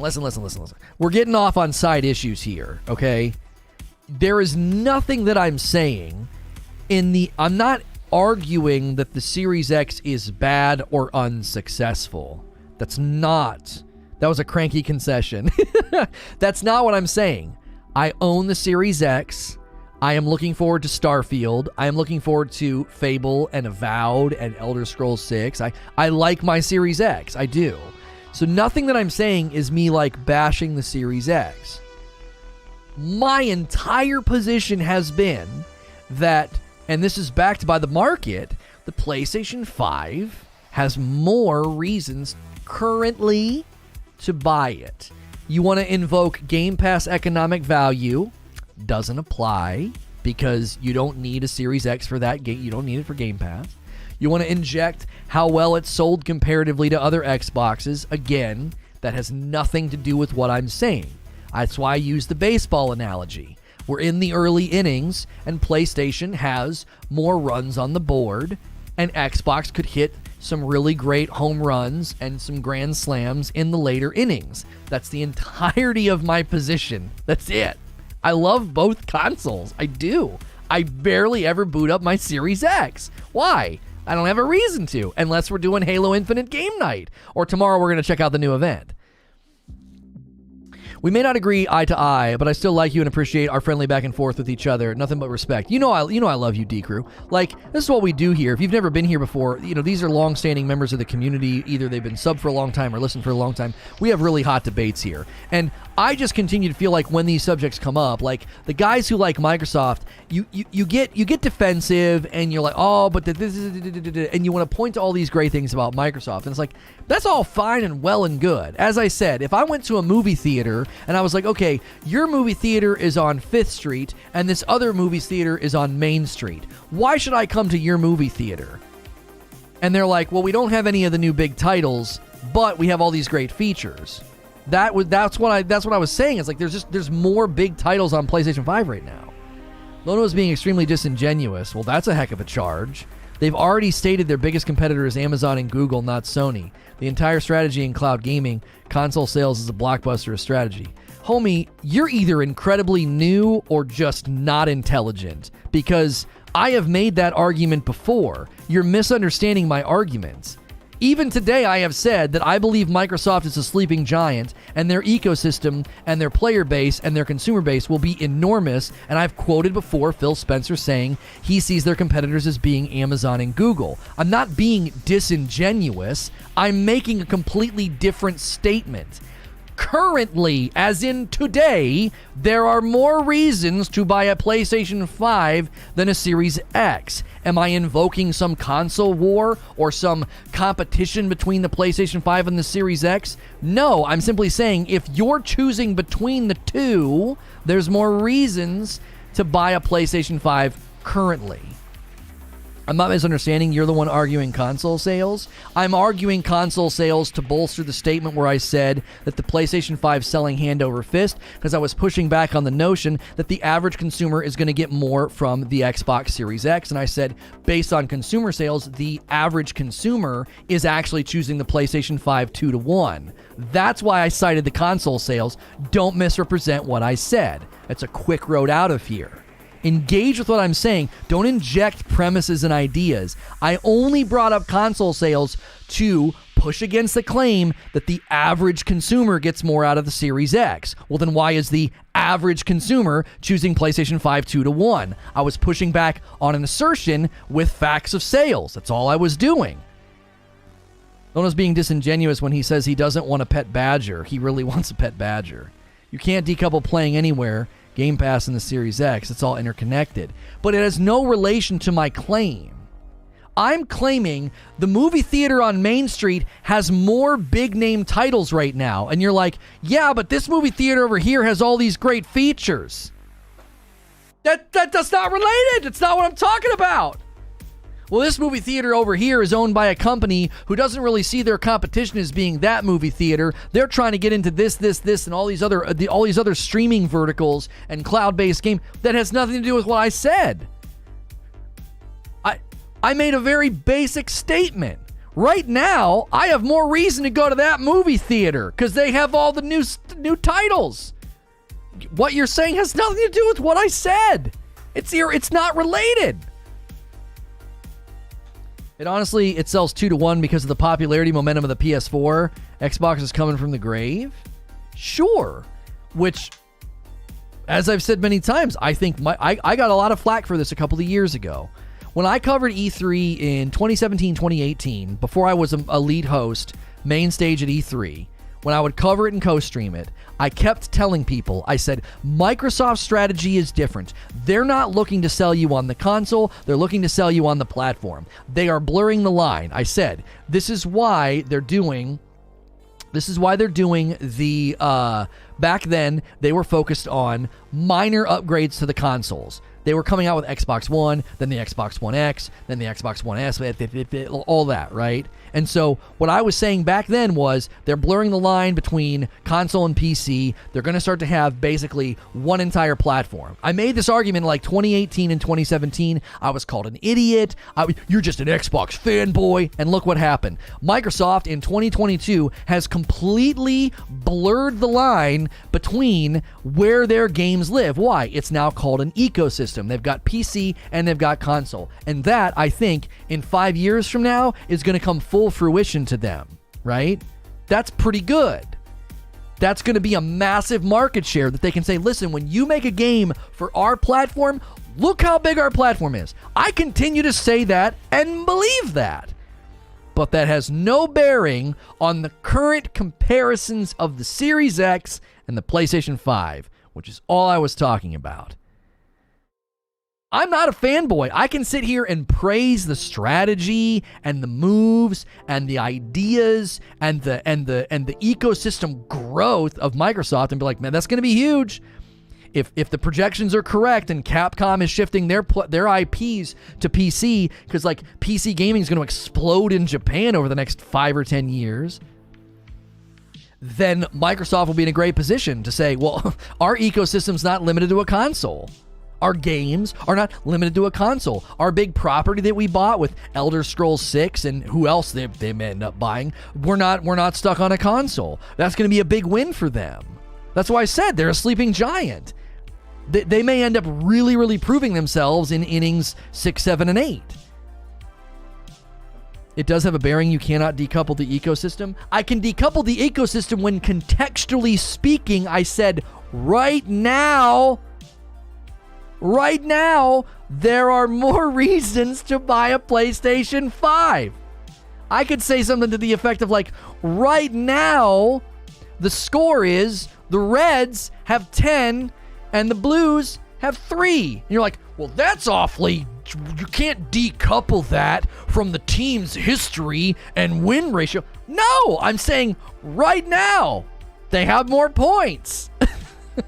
And that may change going down the line. You can't boot up your Series X what? And like you rub Game Pass butter on your skin because you're like, oh, this will make me feel better? What the frick? The current reality is the Series X doesn't have a lot going for it. And that may change in a couple of years.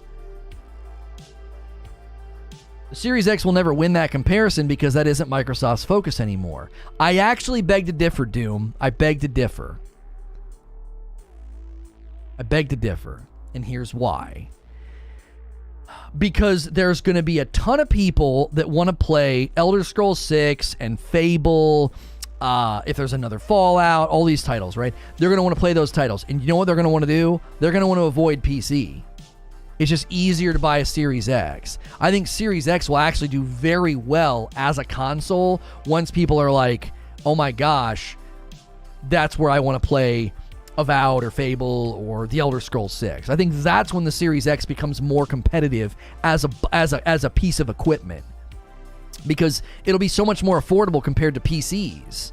Like, compare the Series X in like 2 or 3 years to comparable good PCs in 2 or 3 years. Well, the price difference is going to be astronomical.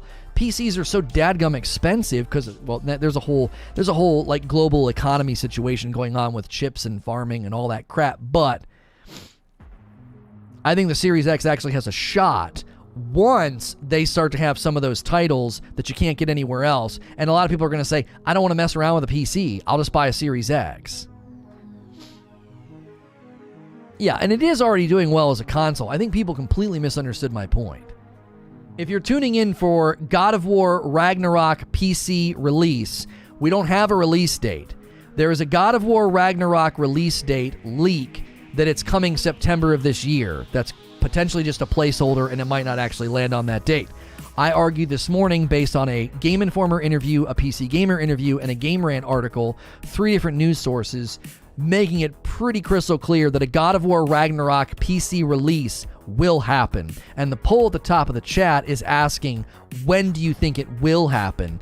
1 year after console, 2 years after console, or 3 to 4 years? Most of you are saying 1 year, and then everybody else is saying 2, and then, well, about 20% are saying 3 to 4 years. So welcome in.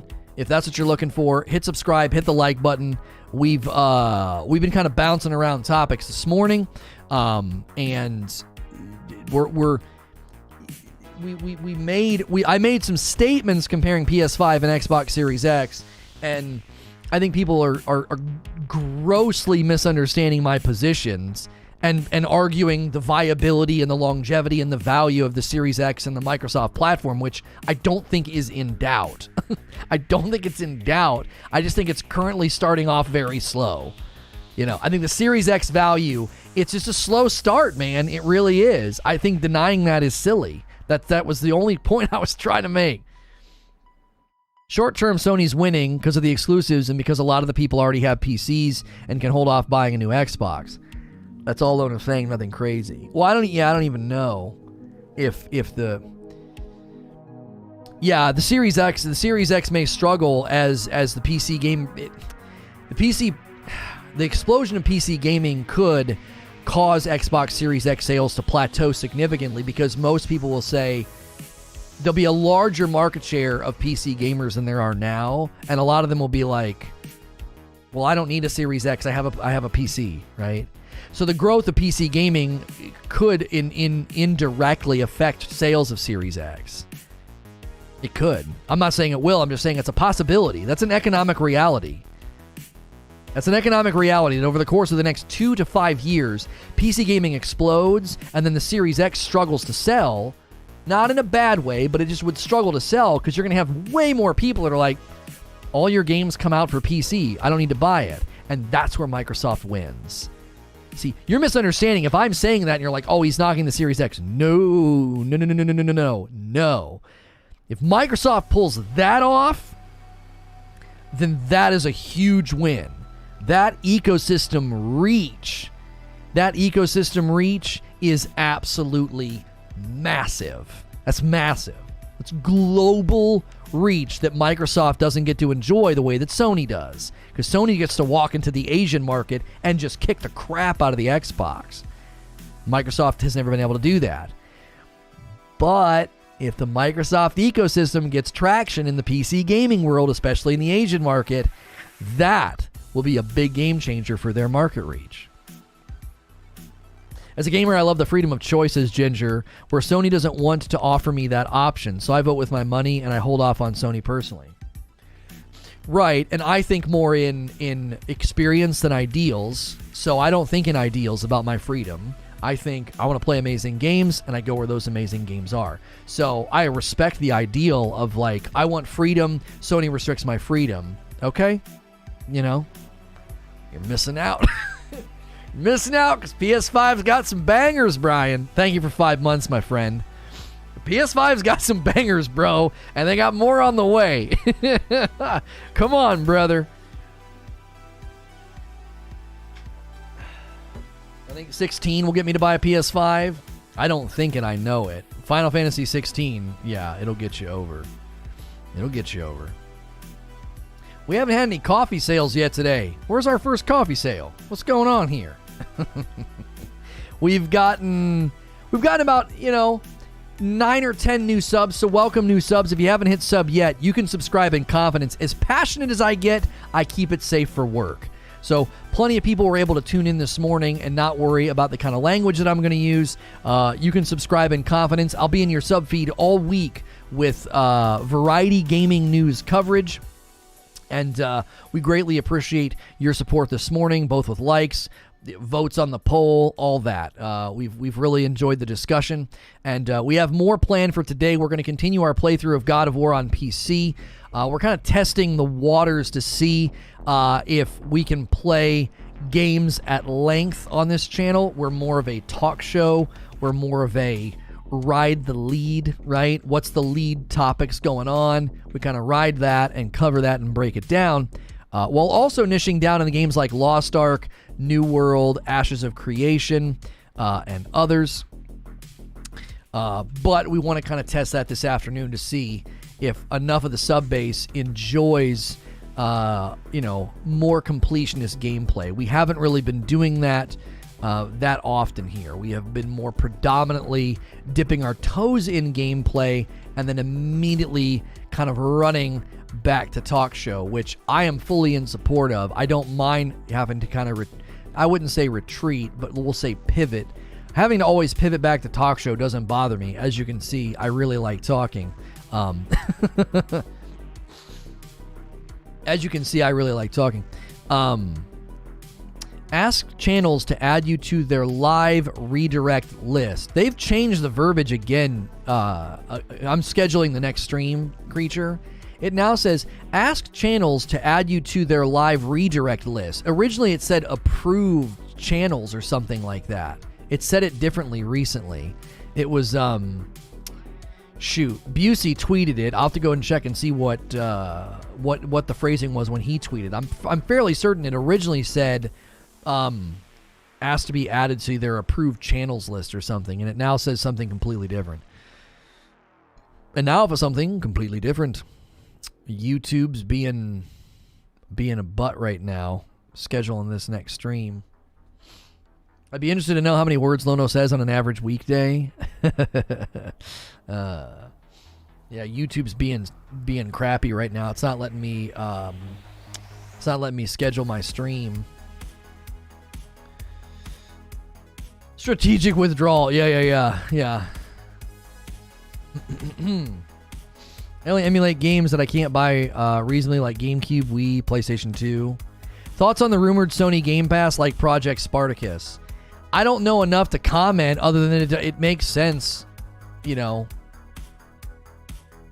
makes sense why they would try to offer their own thing. It totally would. So it looks like it's scheduled it. Hang on. It looks like it scheduled it, but it failed to upload the thumbnail. Let me check. Let me go in here and check. Yeah, it got the tags right. It got the title right. Where's the game? What game did it put us in? Yeah, it got us in the right game. I'll just have to... It just didn't... It didn't like having to assign the thumbnail. And it might still not like it. Yeah, YouTube's acting squirrely right now. They might be updating stuff in the back end. That's always been my concern. This happened a while ago. Like you just suddenly can't save anything on the website, and I don't know what the cause is. I don't know what the reason.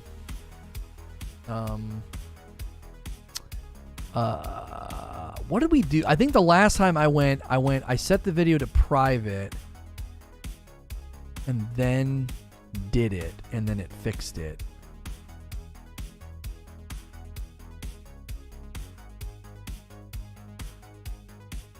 Talking about the big boys, when do you think Google will kill Stadia?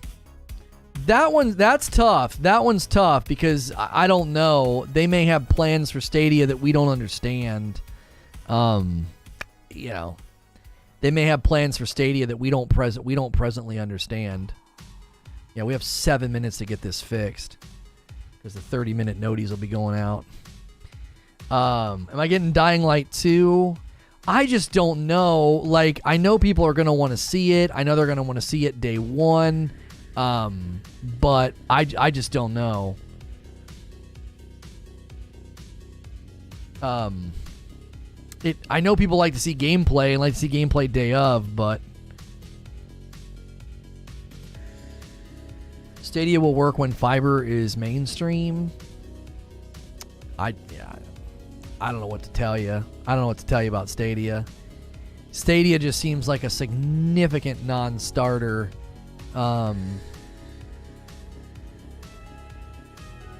It struggled like right out of the gate. It struggled. Let me try renaming the thumb. Sometimes that helps. You're gonna check out the Uncharted upgrade? Wait, are they doing an upgrade to Uncharted 4? I bought coffee. You don't have to sleep on the floor tonight. Yay! We got a coffee sale from Zubair. Coffee orders have slowed down significantly. I think you guys went crazy in Christmas and you haven't quite drunk 3 years yet, but we all know. Team Dark Roast. Thank you, hashtag Team Dark Roast, for ordering some coffee. Yeah, YouTube's having some problems right now. I can't edit the thumbnail on this frickin' stream. They're having issues. I don't know what the frick we're gonna do. Let me see if I can change the thumbnail on a completely different video. Let me see if it'll let me. Let me see if I can change this one. Because I might just have to delete and reschedule, because it could just be that particular stream. No, it's not letting me change the thumbnail on the current stream that we're in right now. It's not letting me do it. I freaking hate when this happens. It's like I can't do my job. Like, how am I supposed to do a stream without a dadgum thumbnail? It's just gonna be a blank like thing. Yeah, I can't change thumbs right now.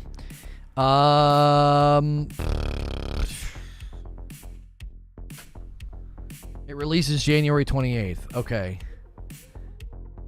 Yes, end of January. Okay. We'll have to check it out. Well, before people get the 15-minute on this one, the 30-minute, I'm going to set it to 12:15. So nobody gets like a weird email or like a notey without a thumb. We'll just keep trying for the next, 15 minutes or so. Is there if you do like 2 days between Monday and Thursday that you have to play afternoon instead of 2 segments? Listen, I'm going to just keep saying it. If you guys want gameplay, you got to support it. I'm not going to stream gameplay to half my audience and hurt the channel. Our channel is humming right now, and we have to make smart decisions. So we did 2 talk shows for most of December, and that's where a lot of our growth came from. I'm not going to abandon that to do gameplay if people won't show up. Like I've always talked that way. I'm not going to take it personal or get butthurt or angry. I'm just like, listen, if y'all don't support it, I'm not doing it. I'm not going to do it for the folks that are like diehards and are like, oh, please, please, please, like. I'm not going to hurt my channel. Just, as much as I wanted to play Ghost of Tsushima, Director's Cut Ikishima, or as much as I wanted to play any of these games, I'm not going to hurt my channel. That's a really self-indulgent and stupid idea. For me, it's self-indulgent for me. You know what I mean? 2 bags of light roast to Nighthawk. Thank you so much, Nighthawk, for that coffee order. Get your Rageless Roast orders in today. We greatly appreciate it. I get it, but I just continue to say, listen, if that's what you want, if that's what you guys want, you got to support it. You know, you got to support gameplay. I can't do complete playthroughs of games right now. We've not earned that right. Generally, I don't think we're going to earn that right until we're at 25 subs or higher, 25K subs or higher. I think you have to have a significantly larger channel to just ride gameplay like that. You know what I mean? Now, gameplay in games like Lost Ark or New World or Ashes of Creation, those are games we rhythmically come back to, right? We rhythmically come back to them, and we enjoy playing them. Those are regular games getting regular coverage, and that's one thing. But doing like 10 playthrough sessions of God of War on PC or something, it just isn't in the cards. Like, we don't know. I don't think it's in the cards. I really, really don't. Is Ghost of Tsushima a Ghost of... yes, it's a DLC. Yes. Yeah. So, I'm just real with y'all. I mean, I'm just real about it. I'm like, if that's what you want, it's got to get support. I can't die 1,000 deaths, sitting there, we're on our 9th playthrough of some action-adventure game, and meanwhile, I'm tanking the channel's numbers. We can grab game news, cover it, have a great conversation. Our afternoon sessions have been killer with some of the coverage that we've done, so... I think we're going to be able to do a lot with Elden Ring, but Elden Ring's different because it's From Software. Like, the minute you touch From Software games, it's just very, very different. If they sub for Talk Show and you switch to gameplay, will you lose the subs? No, I don't think people like unsub. That's not my concern. I'm not like, oh my gosh. I'm not like, oh, I can't believe people are unsubbing because of gameplay. No, that's typically not it. What ends up happening is all the momentum dies, and then the video performs terribly. And so if we're niching down into both MMORPG From Software, with a mix of gameplay, we just have to be careful. We may not have earned the right to do 10 days in a row of, hey guys, we're working our way through God of War in the afternoons. When you have 50,000 subs, it's different. I might be able to do that because there's just enough people to carry the weight, if that makes sense. Do you understand? Like, we have to be intelligent. Like, we had great growth in December with Double Talk Show. I can't look away from that and be like, I can't act like that's not a reality that's going to affect our strategy. Scotty B coming in with 2 months of membership. Thank you. 2 months from Siege Master. Thank you. Want to say thank you for the daily entertainment. Thank you. A $10 tip from Freddie. All right, make Lono as popular as the 2 times so he can stream gameplay. Ever thought about putting up a recording on one side of the screen while you talk? Like right now? No. I unsub for every gameplay and then I resub for the talk show. Are you nicely asking us for our money? No, I've not once said anything about money. That's not it at all. Like, when a channel becomes known for something and has momentum and traction and reliability, you have to be very careful. Because if you suddenly do something dramatically different, then you'll lose lots of that momentum and lots of that growth. You guys saw that happen when we suddenly were no longer covering Destiny, right? It just slowly hurt us. So I just have to be aware of that. Like, if we try to play through Horizon Forbidden West and we get on our 3rd day of trying to do that and the support is horrible, well, then I'm going to be like, look, there's gaming news we can cover. I don't need to play this. Like, I don't need to play this game. I'll be okay. I'll be all right. I'm not seeing anything reported about YouTube, but I can't upload. I can't change my thumb. I can't do anything with thumbnails right now.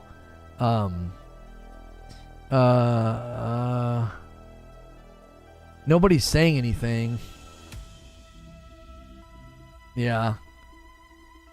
Nobody's saying anything. I still can't change thumbs right now on YouTube. Views equal money. It's not even about views equaling money. Like, I'm not money minded. I'm protective of the channel. We have a great channel with great community and great support. And if the community communicates to me, I don't want to watch 10 sessions of God of War on PC, right? I don't want to watch that. If the community communicates that to me, Well, then I'm not going to do that, right? I'm not going to do that. So if the community communicates to me that, if the community communicates to me that, like, hey, double talk show and variety gaming news coverage, we dig it, man, we love it, then I think that that's something I have to consider. I have to consider that. So that's why I always say, like, it comes down to you guys. Like, if you support something, right? If you support something, I'm going to keep doing it. The God of War gameplay numbers were good. Yes, they were good, but it was launch day, so you have to take that with a grain of salt. You have to take that with a grain of salt. And we're running into technical problems. I can't set the frickin' thumbnail, so we might not even. I don't know what we're gonna do. I guess I can at least schedule the stream. I can schedule the stream, and I can hopefully eventually it'll. Oh, it might have gone. It might have done it. It might have switched it. I think it might have worked. We can still stream. I'm just not going to have a thumbnail. Yes, it did it. It did it. Okay, we finally got the thumbnail. I was like, oh my gosh. Because it's a good thumbnail, man. Thumbnails play a pretty big role. Okay, cool. We're good. All right, now I can set the redirect. I was like, this is not good. Redirect, add, save. Cool. There we go. Perfect. I was so worried. That's what I love, money. I am not a money-minded creature. Will tell you this. He doesn't like this about me. he's my producer, like my producer, web manager, strategist. He holds like 8 hats. He doesn't like how I'm not money-minded. I'm not. I'm production and growth-minded. The money will come.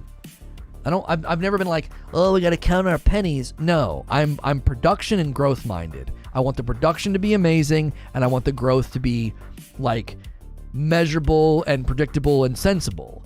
And if the community is saying, we love this and this, not so much, well, I'm going to give you more of the thing that you're loving, which is talk show.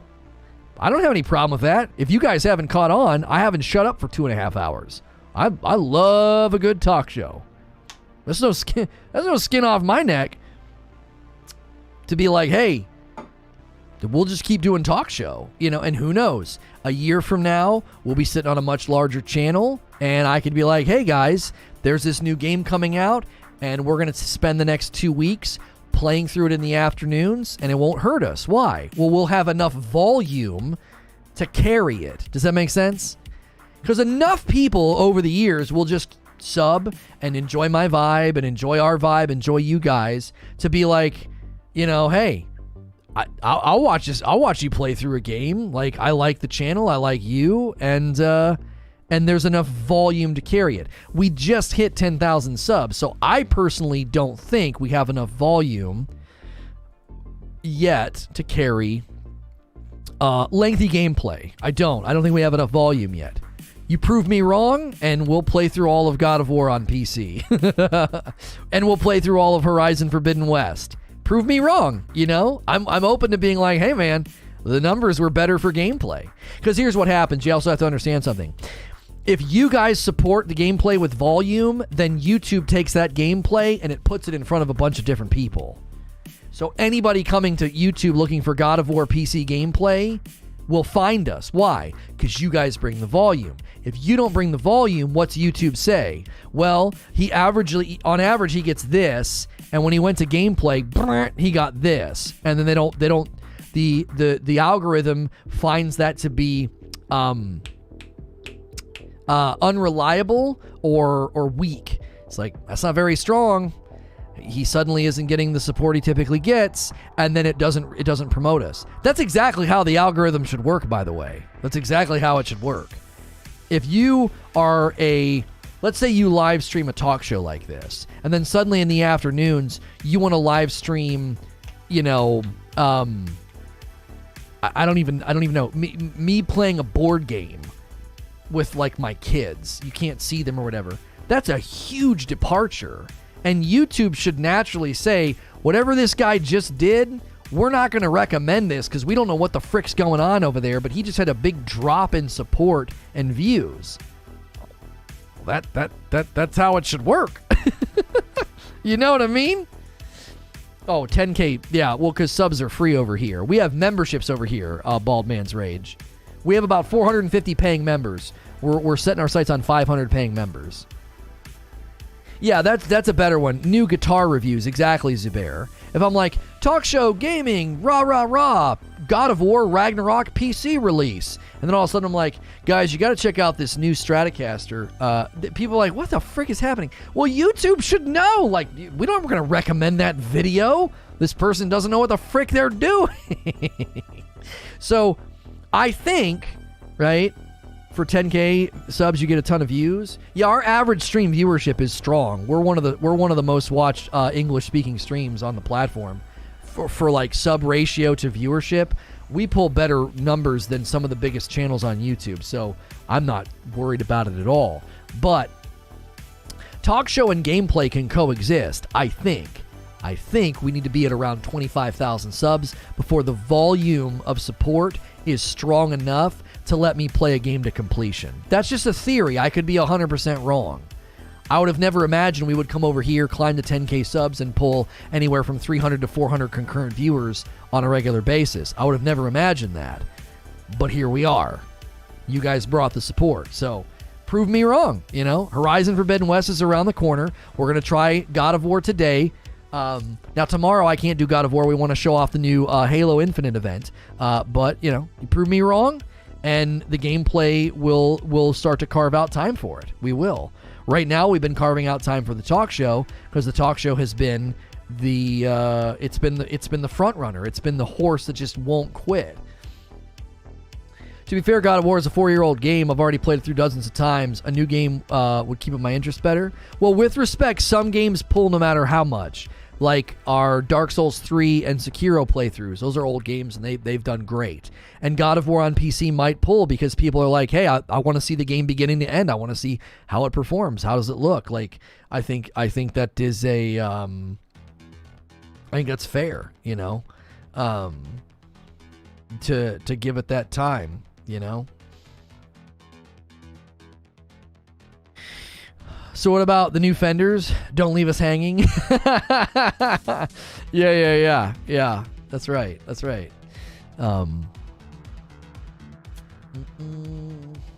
Thank you, Nerd Mother, for 5 months of membership. Did I say that out loud? I saw it. I don't know if I said it. Thank you so much. If you've never supported a stream like this directly with a membership, you can click the $ at the bottom of chat, and you can either do a tip or a paid membership. Paid memberships are $5 a month. That's where they start. We have higher tiers if you want. You get a badge, you get emotes, you get increased access in our Discord server if you like Discord servers, like hanging out in them. Yeah, I'll be checking out Sifu for sure. Sifu looks super dope. You have to understand something. We'll check out games on their launch date for sure. For sure we will. We will definitely check out games on their launch date. Like Dying Light, you know, releasing at the beginning of February. Dying Light 2, I mean, we'll probably check it out for an afternoon, you know, because day one, people want to see gameplay. We have good mic quality. We have good production. Why not? Let's check the game out on day one. That doesn't mean I'm going to play Dying Light 2 for 2 weeks and play it all the way to the end. You know what I mean? Yeah, I got it. It wasn't letting me change thumbnails, Creature, but I got it. It fixed. I just let it sit, and then eventually it did it. YouTube was definitely having some issues, though. So, yeah, we're good. We are good for the second stream, which we're going to do that in about 30 minutes.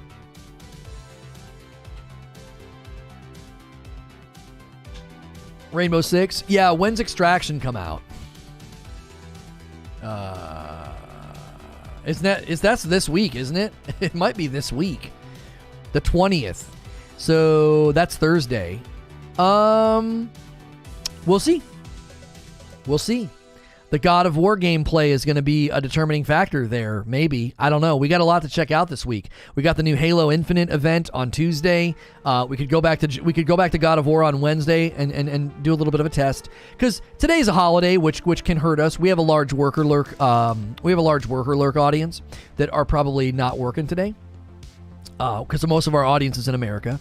And Thursday, I don't know. I think Extraction looks really, really fun. Oh, you know what else launches this week? Is that game Nobody Saves the World from Guacamelee. Hilly and I might play that this week on Friday night, because the Halo Infinite custom games thing, we might have to limit that to being a once-a-month occurrence.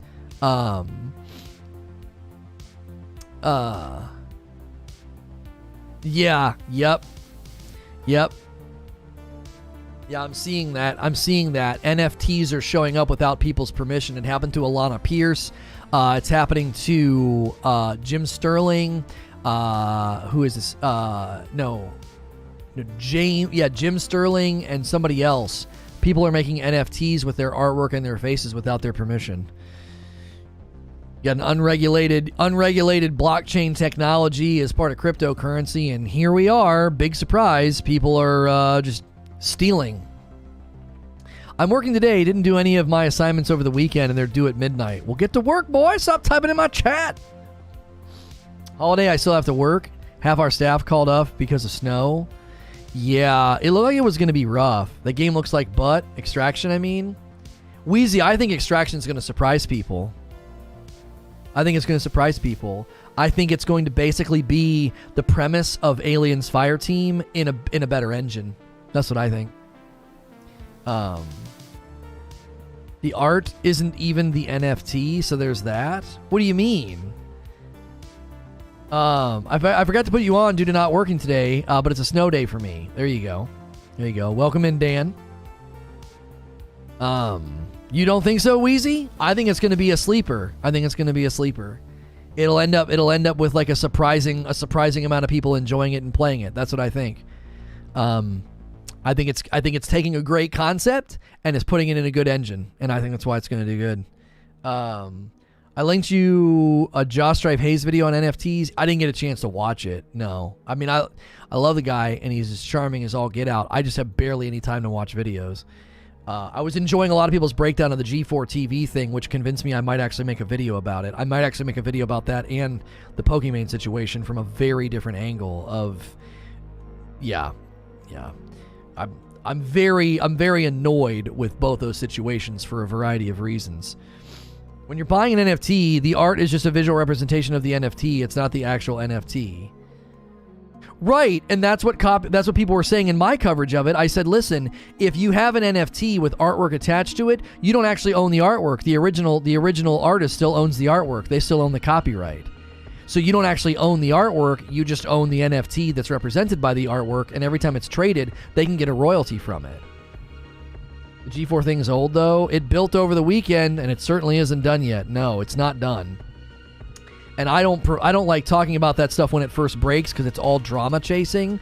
But in the aftermath, I think I could do a very good and healthy breakdown of it and talk about, like, how if I criticize your position and say that something that you said is dumb or ignorant, I respect you if I'm willing to do that. I don't respect you if I'm going to, like, not call you on your BS, right? Like, I have more respect for, what's her name? Fork or whatever her name is. I forget. I followed her on Twitter. I was trying to follow everybody that had anything to do with it.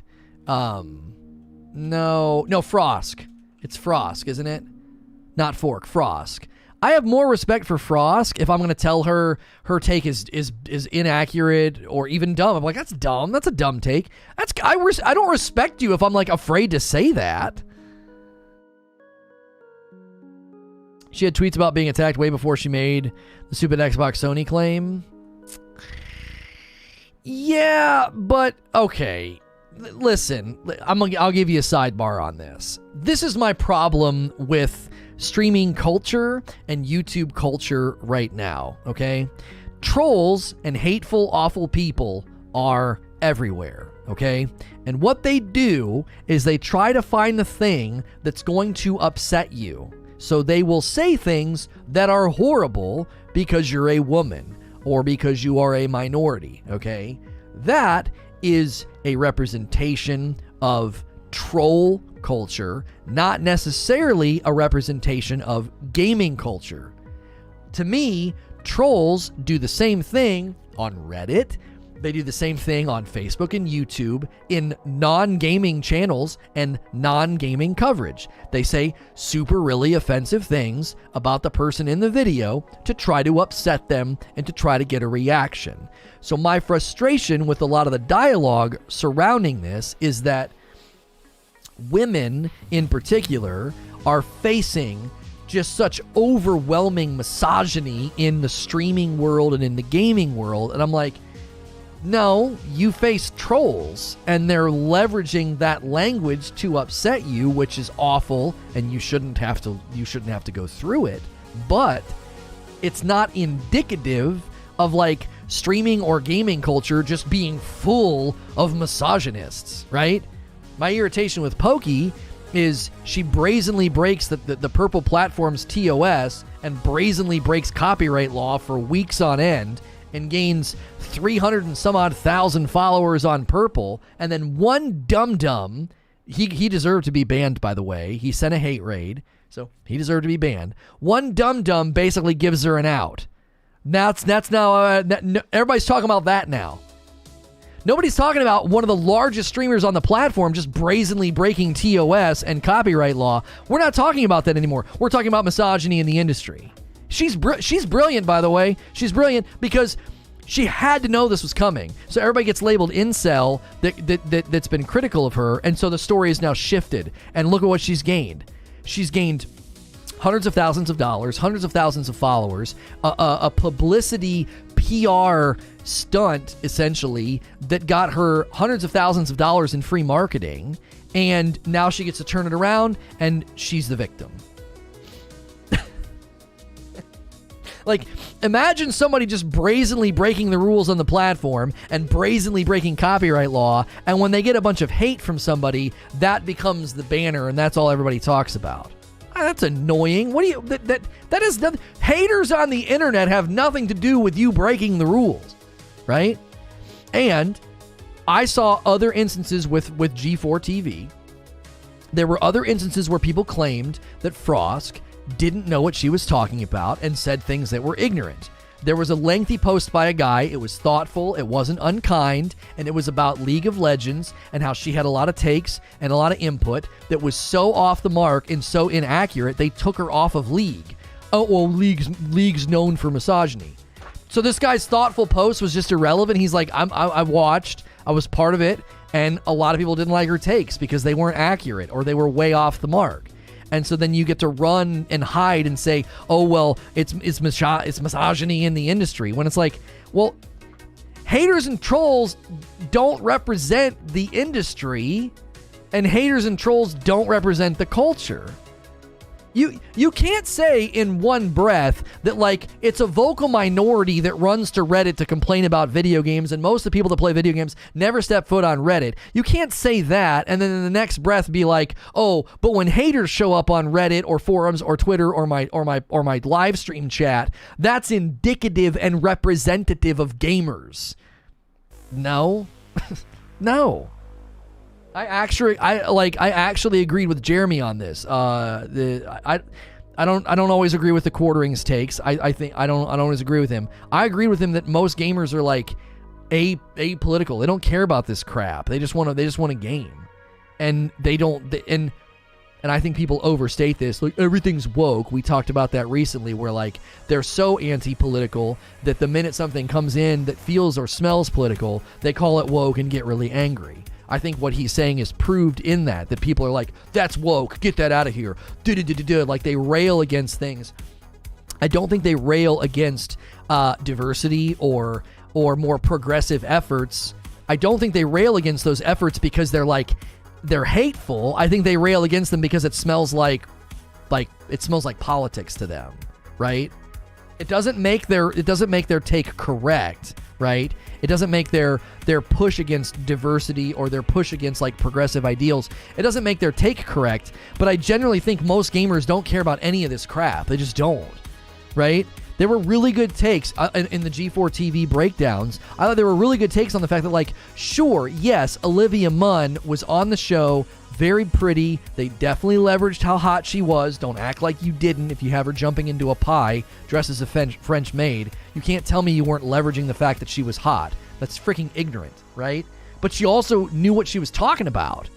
She would bring the takes and the stats, and she would have people respected the fact that, like, oh, sure, she's pretty, but she knows what the frick she's talking about.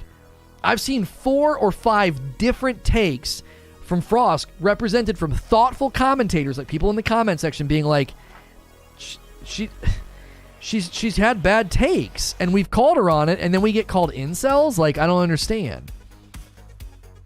That's the frustration, is that it's so superficial to act like trolls are a representation of misogyny in the industry, when it's like, if there is misogyny in the industry, it's far less visible and far less noticeable than like some troll in your comment section. Like, that's so superficial. It's so superficial. It's not it. Nobody should have to hear it or listen to it or be exposed to it, but you have to see that's what trolls do. Trolls will immediately, this is like the people on the purple platform who like weaponize the hate raids for publicity. Everybody wants to go, crying in the public about it, and all you did was encourage more people to do it. Was an incel? I've heard it so many times. So it's basically, it's like a subculture on Reddit. It stands for involuntary celibate, meaning like it's somebody who is angry at the fact that they feel, I'm not going to do this definition justice. They're basically saying that like their celibacy is not something that they're choosing. It's involuntary. They can't find a romantic engagement. They're being denied that, and they're angry, right? And so it's an insult now when you call somebody that, which I find it funny to be like, it's a member of an online community of young men who consider themselves unable to attract women, typically associated with views that are hostile toward women. So like, it's basically a member of a subculture where they feel like that's being denied them, and they're very angry and antagonistic now towards women, right? And so I find it funny that in one breath, women will say, we don't like it when people say, this is a common thing guys will say.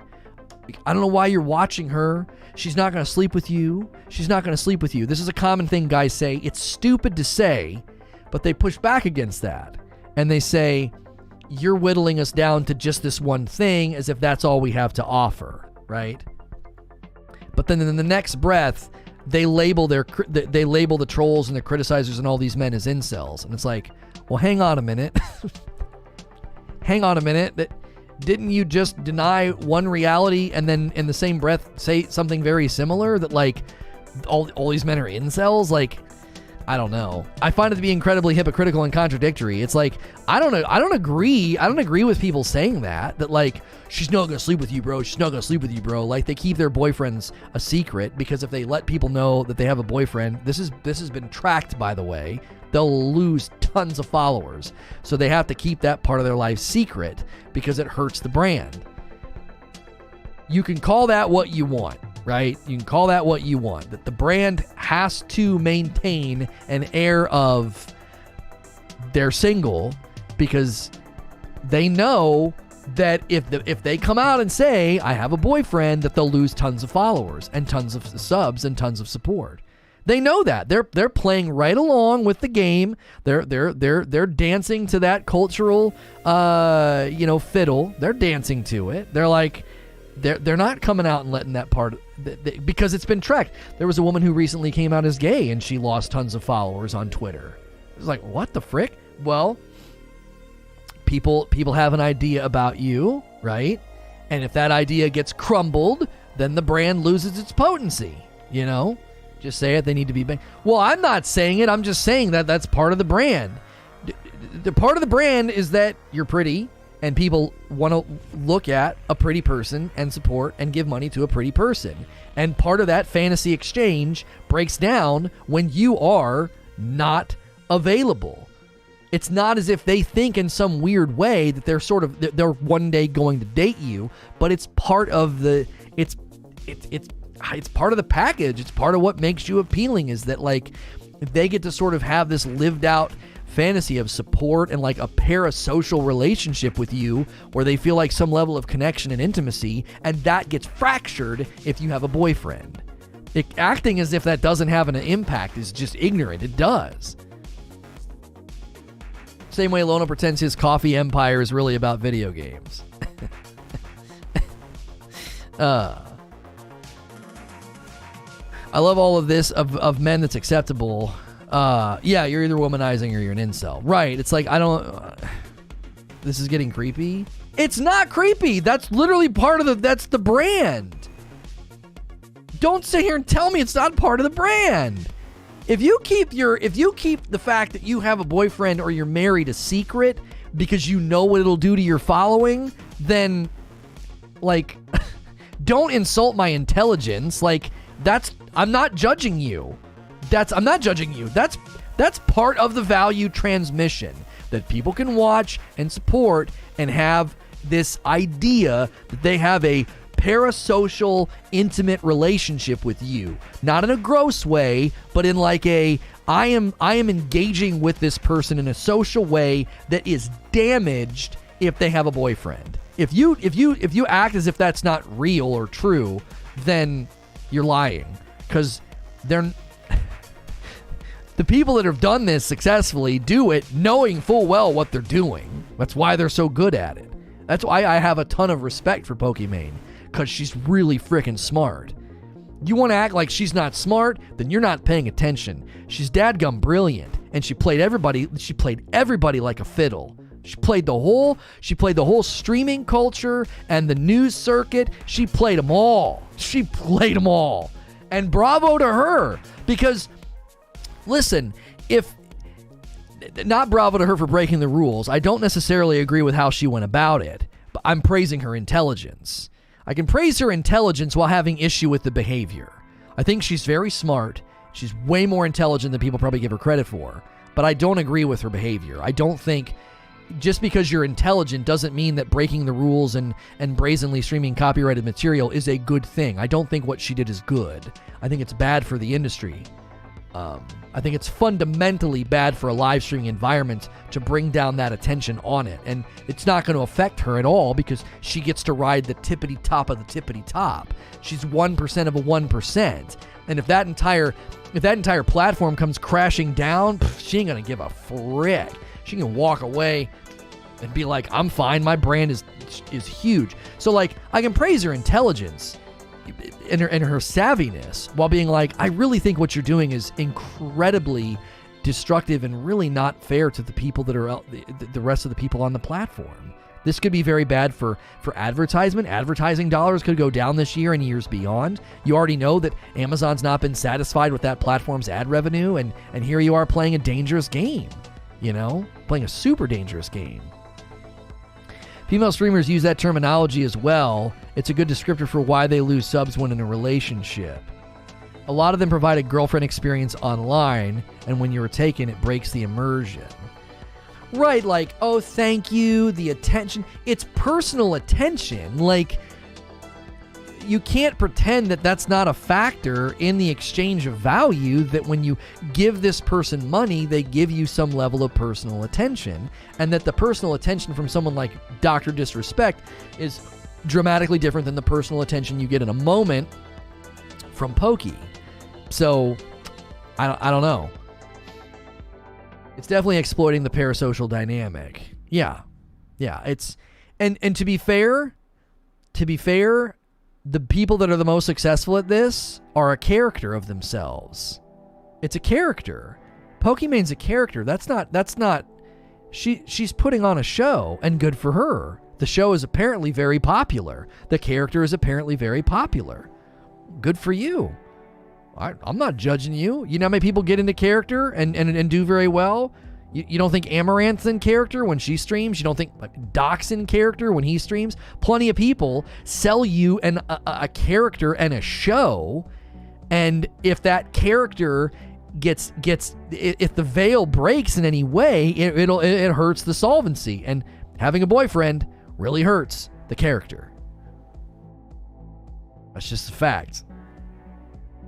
So, I want to make sure that this stream is shorter than 3 hours, so we gotta move on. We gotta move on.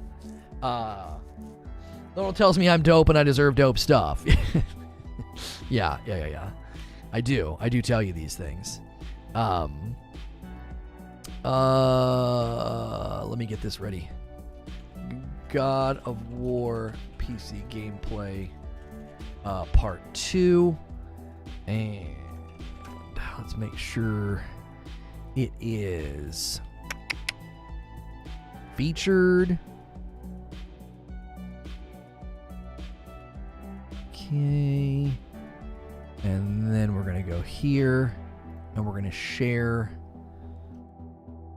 the link, and I'll give you guys the link as well.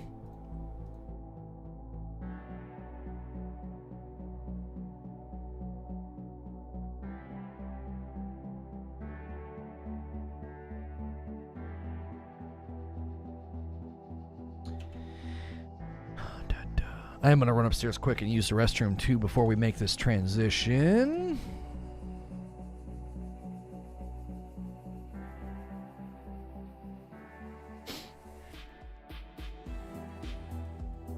Wait, reopen, close tab. Okay. I gotta... Wait, what? Oh, there it goes. I was like, what the frick is going on? Where's all my details? Okay, I have... Oof, this could be close. I gotta go quick. I'll be right back.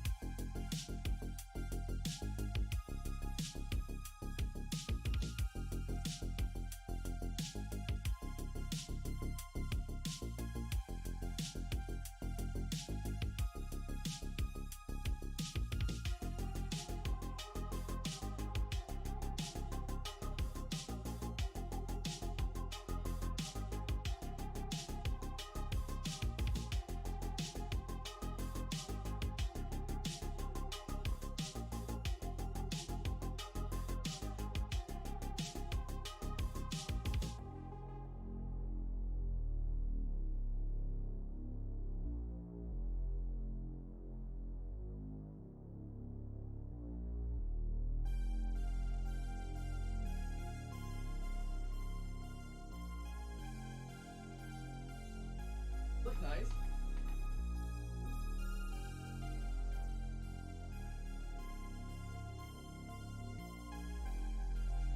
Okay. Cool, we got 4 minutes still. All right, let me send tweets and get notifications sent out.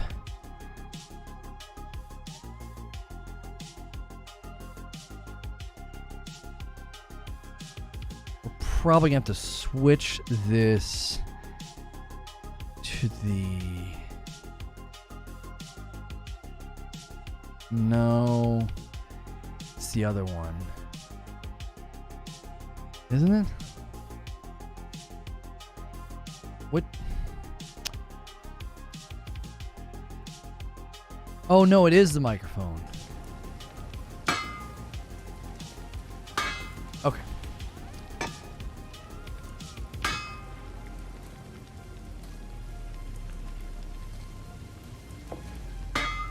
Oops. All right, we are switching gears to God of War PC gameplay. I must have changed my camera angle a little bit from the last time that I played. Put me down here in the corner. The link is in chat, and redirect should bring you with me. If it doesn't, then use the link in chat.